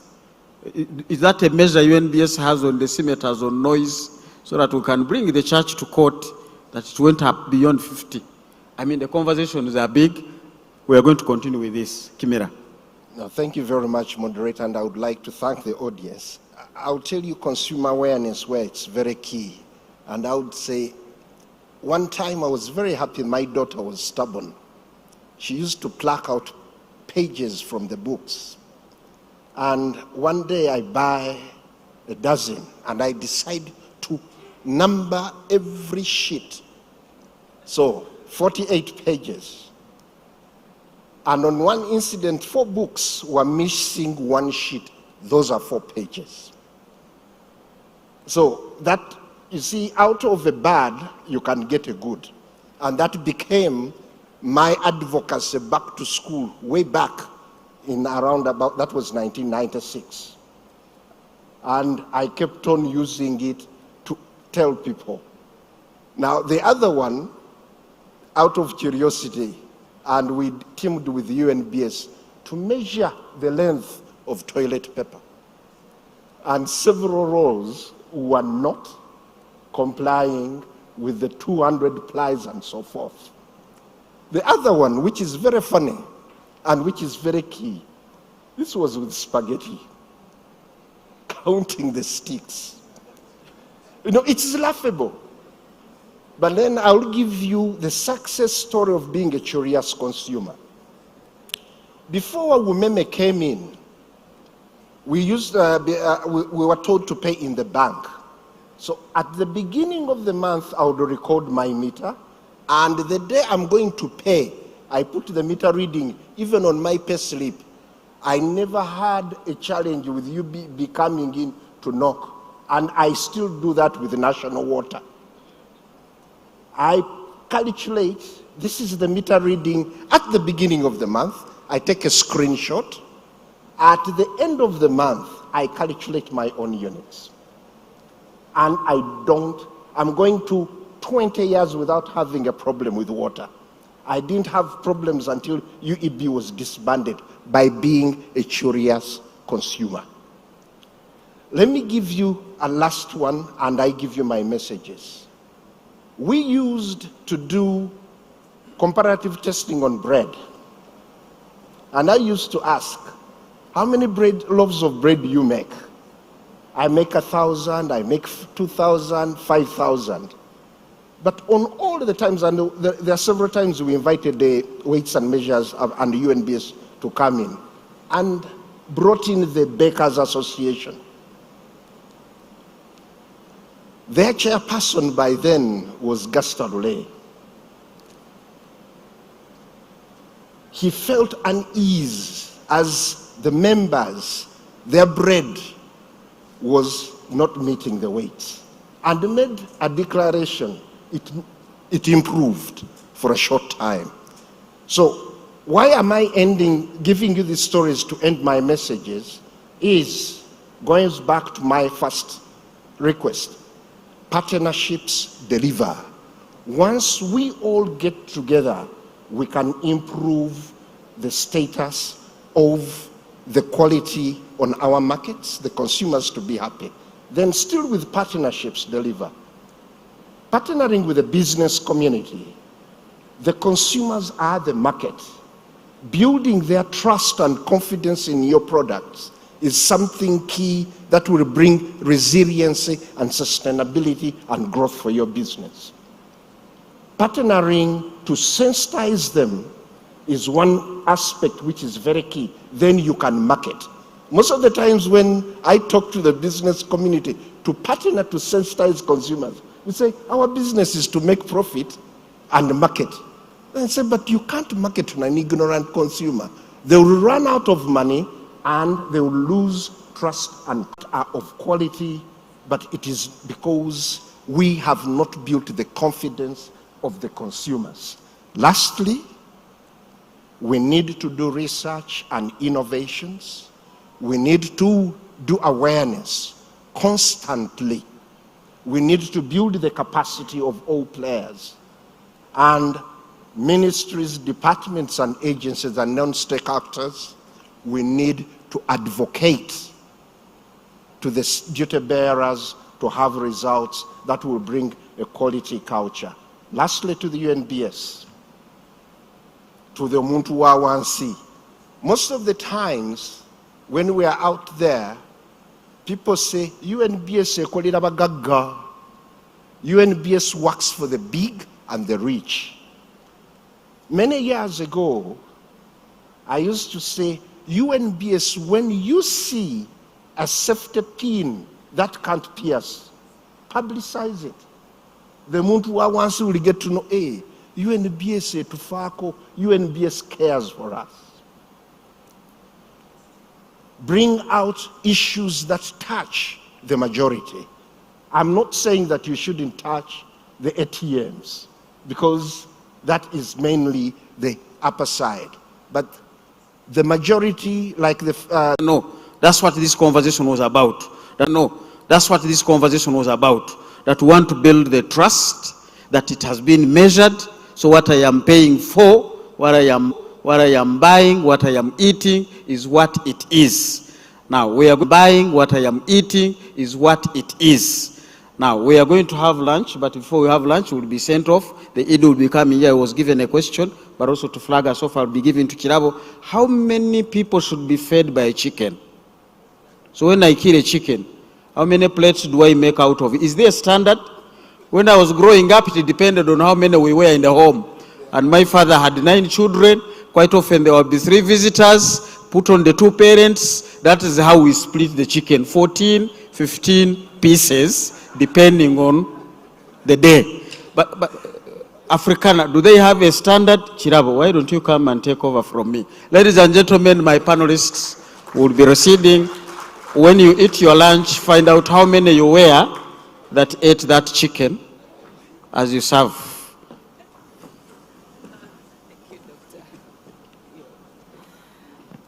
Speaking after my teacher is something very difficult, but I think Doctor and the team have done a good job, isn't it? We need to appreciate them. It has been a fantastic panel, I must confess. And Dr. Mhumza, you've done us very well. And the panelists have also really made it. Members, I want to take this opportunity to congratulate those that measured it well in football. Any Arsenal fans in the house? Arsenal? Yeah, you took it.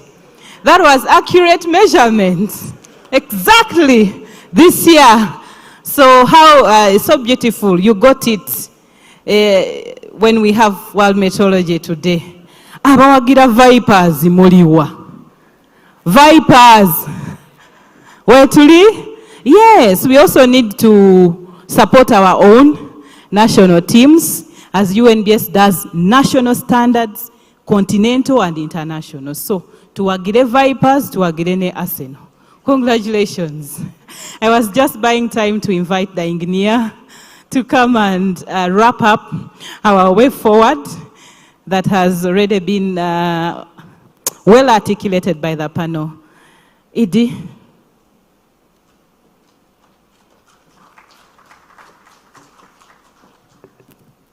Thank you very much. Distinguished delegates, ladies and gentlemen, join me in appreciating our panelists, our moderator, and you yourselves for a job well done.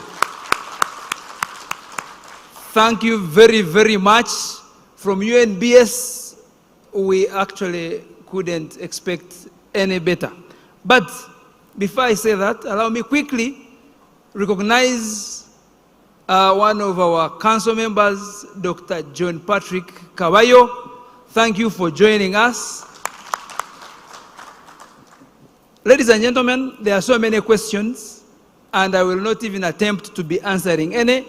I only want to answer Dr. Mhumza's question, especially that we are going for lunch, about how many people can eat a what? A chicken. It's an issue of metrology. How big, how heavy is the chicken? The answer is in metrology. That said, and I will not go in the details of the panelists, but I will want to highlight a little bit of history.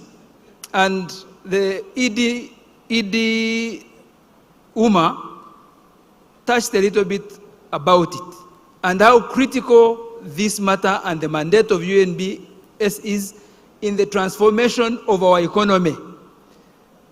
UNBS has been on a journey, and we have also evolved to respond to the needs of our economy. Today we are talking about tenfold growth strategy. But there is a country called Singapore. We all know about Singapore. It is a city-state, very powerful, but if you go back in the days, 1965 is very important for Uganda as we speak. Our Weights and Measures Act, that's when it was. At that time, we were at par, if not a little better than Singapore in terms of GDP. Singapore had a Bureau of Standards. I think it was called Singapore Bureau of Standards. They transformed themselves into what they call SPRING, Singapore Productivity, Innovation and Growth Agency of Government. Today, as we speak, they further metamorphosed to respond to the needs and aspirations of Singapore. Today they are called Enterprise Singapore. Now, as Muhumza, Dr. Ezra Muhumza of UMA, talked about now the new UNBS, the mantle that we have to undertake, I want to give you assurances that we are also repurposing ourselves. In 1989, when UNBS was enacted, the act, we were creating a UNBS to protect our consumers and Ugandans from products that are made from everywhere but Uganda. Today, I think it doesn't give us numbers, we are actually a giant in the region in manufacturing and exporting. And as UNBS, we are changing that narrative to align to our national development priorities, growing tenfold, wanting to export more, substitute the imports, and also grow our local industries. If you check our new tagline, we are saying UNBS, we are in the business of growing quality enterprises. It's not just a slogan, we are in the business of growing quality enterprises. Name any enterprises worth their name on the Ugandan market. UNBS has worked with each and every one of them, manufacturers. So to give the assurance to the manufacturers that we are ready for the task. This narrative, the national dialogue, has made it even more clearer that our job as UNBS is clear-cut. So I want to give the assurance, and it is coming at a very opportune time. Just last week, we ushered in a new government, and HE, the president, congratulations, and he set a name for a new Chisanja. Chisanja, no sleep and zero corruption. And UNBS is at the center of it. I will just highlight a little bit. In terms of ability, someone talked about ability of UNBS to actually draw or deliver this huge and critical role of government. I want to give you assurances that over the years, UNBS has built capacity, competencies in our teams. Just last week, Uganda took up the chair to chair the East African Standards Committee. And I can assure you, the team Ugandans shows exemplary leadership in matters standardization. So over the years, the Bureau has built competences, capacity, and laboratories. To make even matters better, the government of Uganda has increased the funding of the Bureau. I think it's something to clap for, ladies and gentlemen. We are now building, we have built the state-of-the-art National Metrology laboratories. Very soon, we will be opening them. We are building engineering laboratories, not only in Kampala, but we are sending them to the regional centers. Building for laboratories, they require specific design requirements. Like, for example, a floor or a table that cannot even be moved by what? An earthquake. So government has seen the relevance of a Bureau of Standards in transforming the economy and have allocated resources to purchase and build laboratories in all our regions. Ladies and gentlemen, we've picked a lot of lessons from the audience and the panelists. Issues of collaboration with the academia, cultural institutions, non-state actors like religious and development partners. That is a point we take. We take note of the obsolete policies and laws, like our bill, which is under review. Then on the Muntwa 1C, and especially in the Chisanja no sleep, I want to reiterate that corruption is not only in government institutions. There is a video that has been trending, people pulling out banana fingers out of a what? A bunch of what? Matoke. Dr. Ezra here, the moderator, talked about people selling sacks of what? Charcoal. And someone talked about when they take farmers take their produce to the center to sell, and someone adjusts the weighing scale. We want to create awareness about metrology. People have gone, it is getting worse. People are going to buy gardens. You get a garden of mangoes, someone books it and pays what? How much value are you selling? So we need to build and create awareness so that everyone knows metrology. Before you take your coffee to the town, know how many kilos that you're going to sell. You should have a weighing scale. You should have a pressure and moisture gauge, so that we make sure that there is fair trade.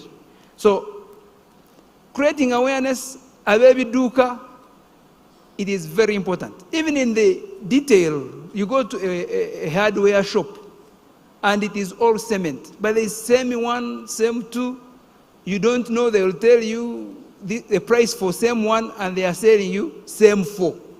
So there is a lot of awareness that is needed, and we will call upon government to continue supporting the Bureau with both the right, the numbers, head count, to support and create awareness, but also building capacities and the scope of our laboratories so that we achieve our tenfold growth strategy. Ladies and gentlemen, I know me and my chairman council are the ones standing between your lunch. I want to take the singular honor once again to thank you very much and request that we clap for ourselves for a job well done. Thank you so much. And finally, request and take the honor to invite the Commissioner for Industry representing the Chairman Council to close this national dialogue on metrology matters. Happy World Meteorology Day, and Mr. Commissioner, you're most welcome. Thank you very much.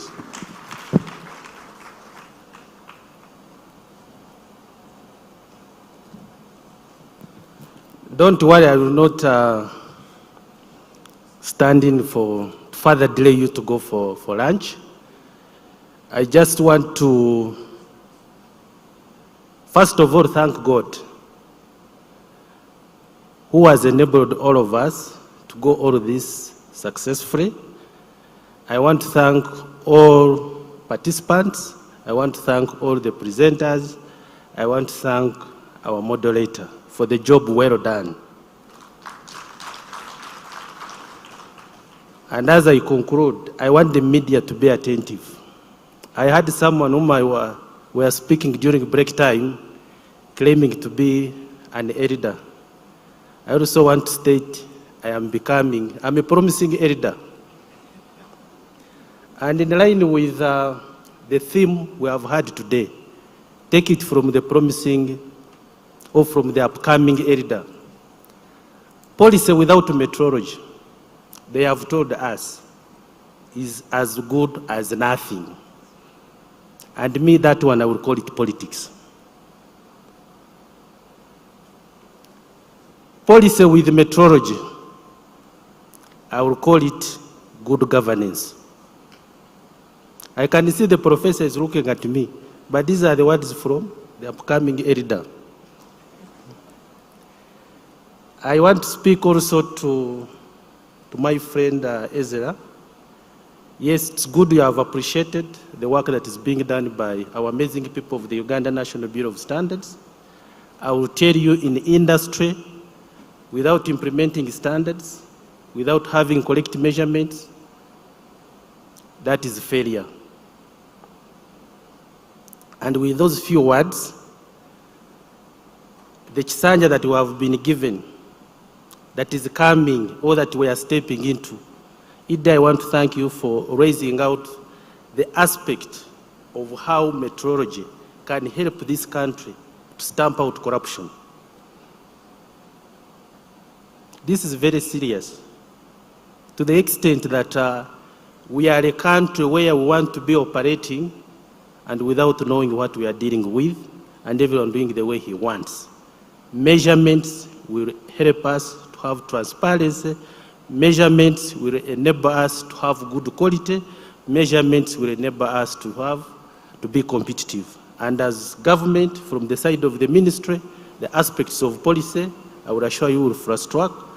The aspects of the budget, we're already doing very well. My senior has joined us in the council. I think for the period we have been superintending over is commissioned as soon as we get the new leadership of a minister. And so, on behalf of the chairperson, who was also not able to be with us because I've gotten information is not feeling well, he says, thank you so much, our participants who have come, but also thank you so much, UNBS management.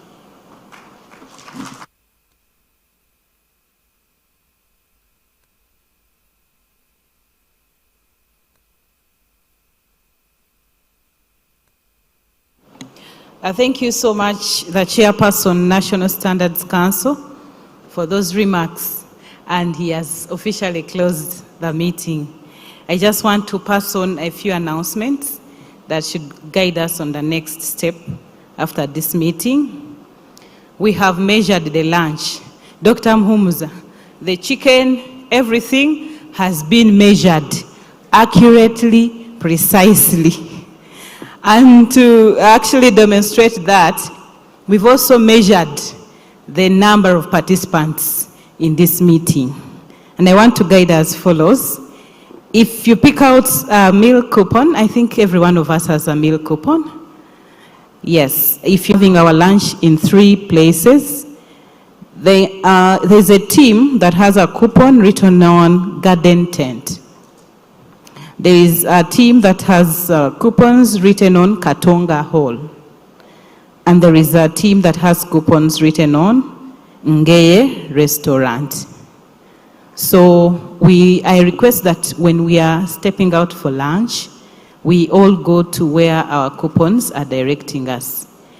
And just one last request, since we've been honored to be joined by another member of our council, I want to kindly request the panelists to come back here and we take a group photo of the panelists and the moderator and our ED and members of the council as we move out for our lunch. Mr. Nangalama, we need to bless the lunch once again. And our Janimas is back. Mr. Nangalama is our chairperson. We have a fellowship at UNBS. So away from being a deputy ED, he's also our spiritual father at UNBS. So let him bless our meal and as we disperse.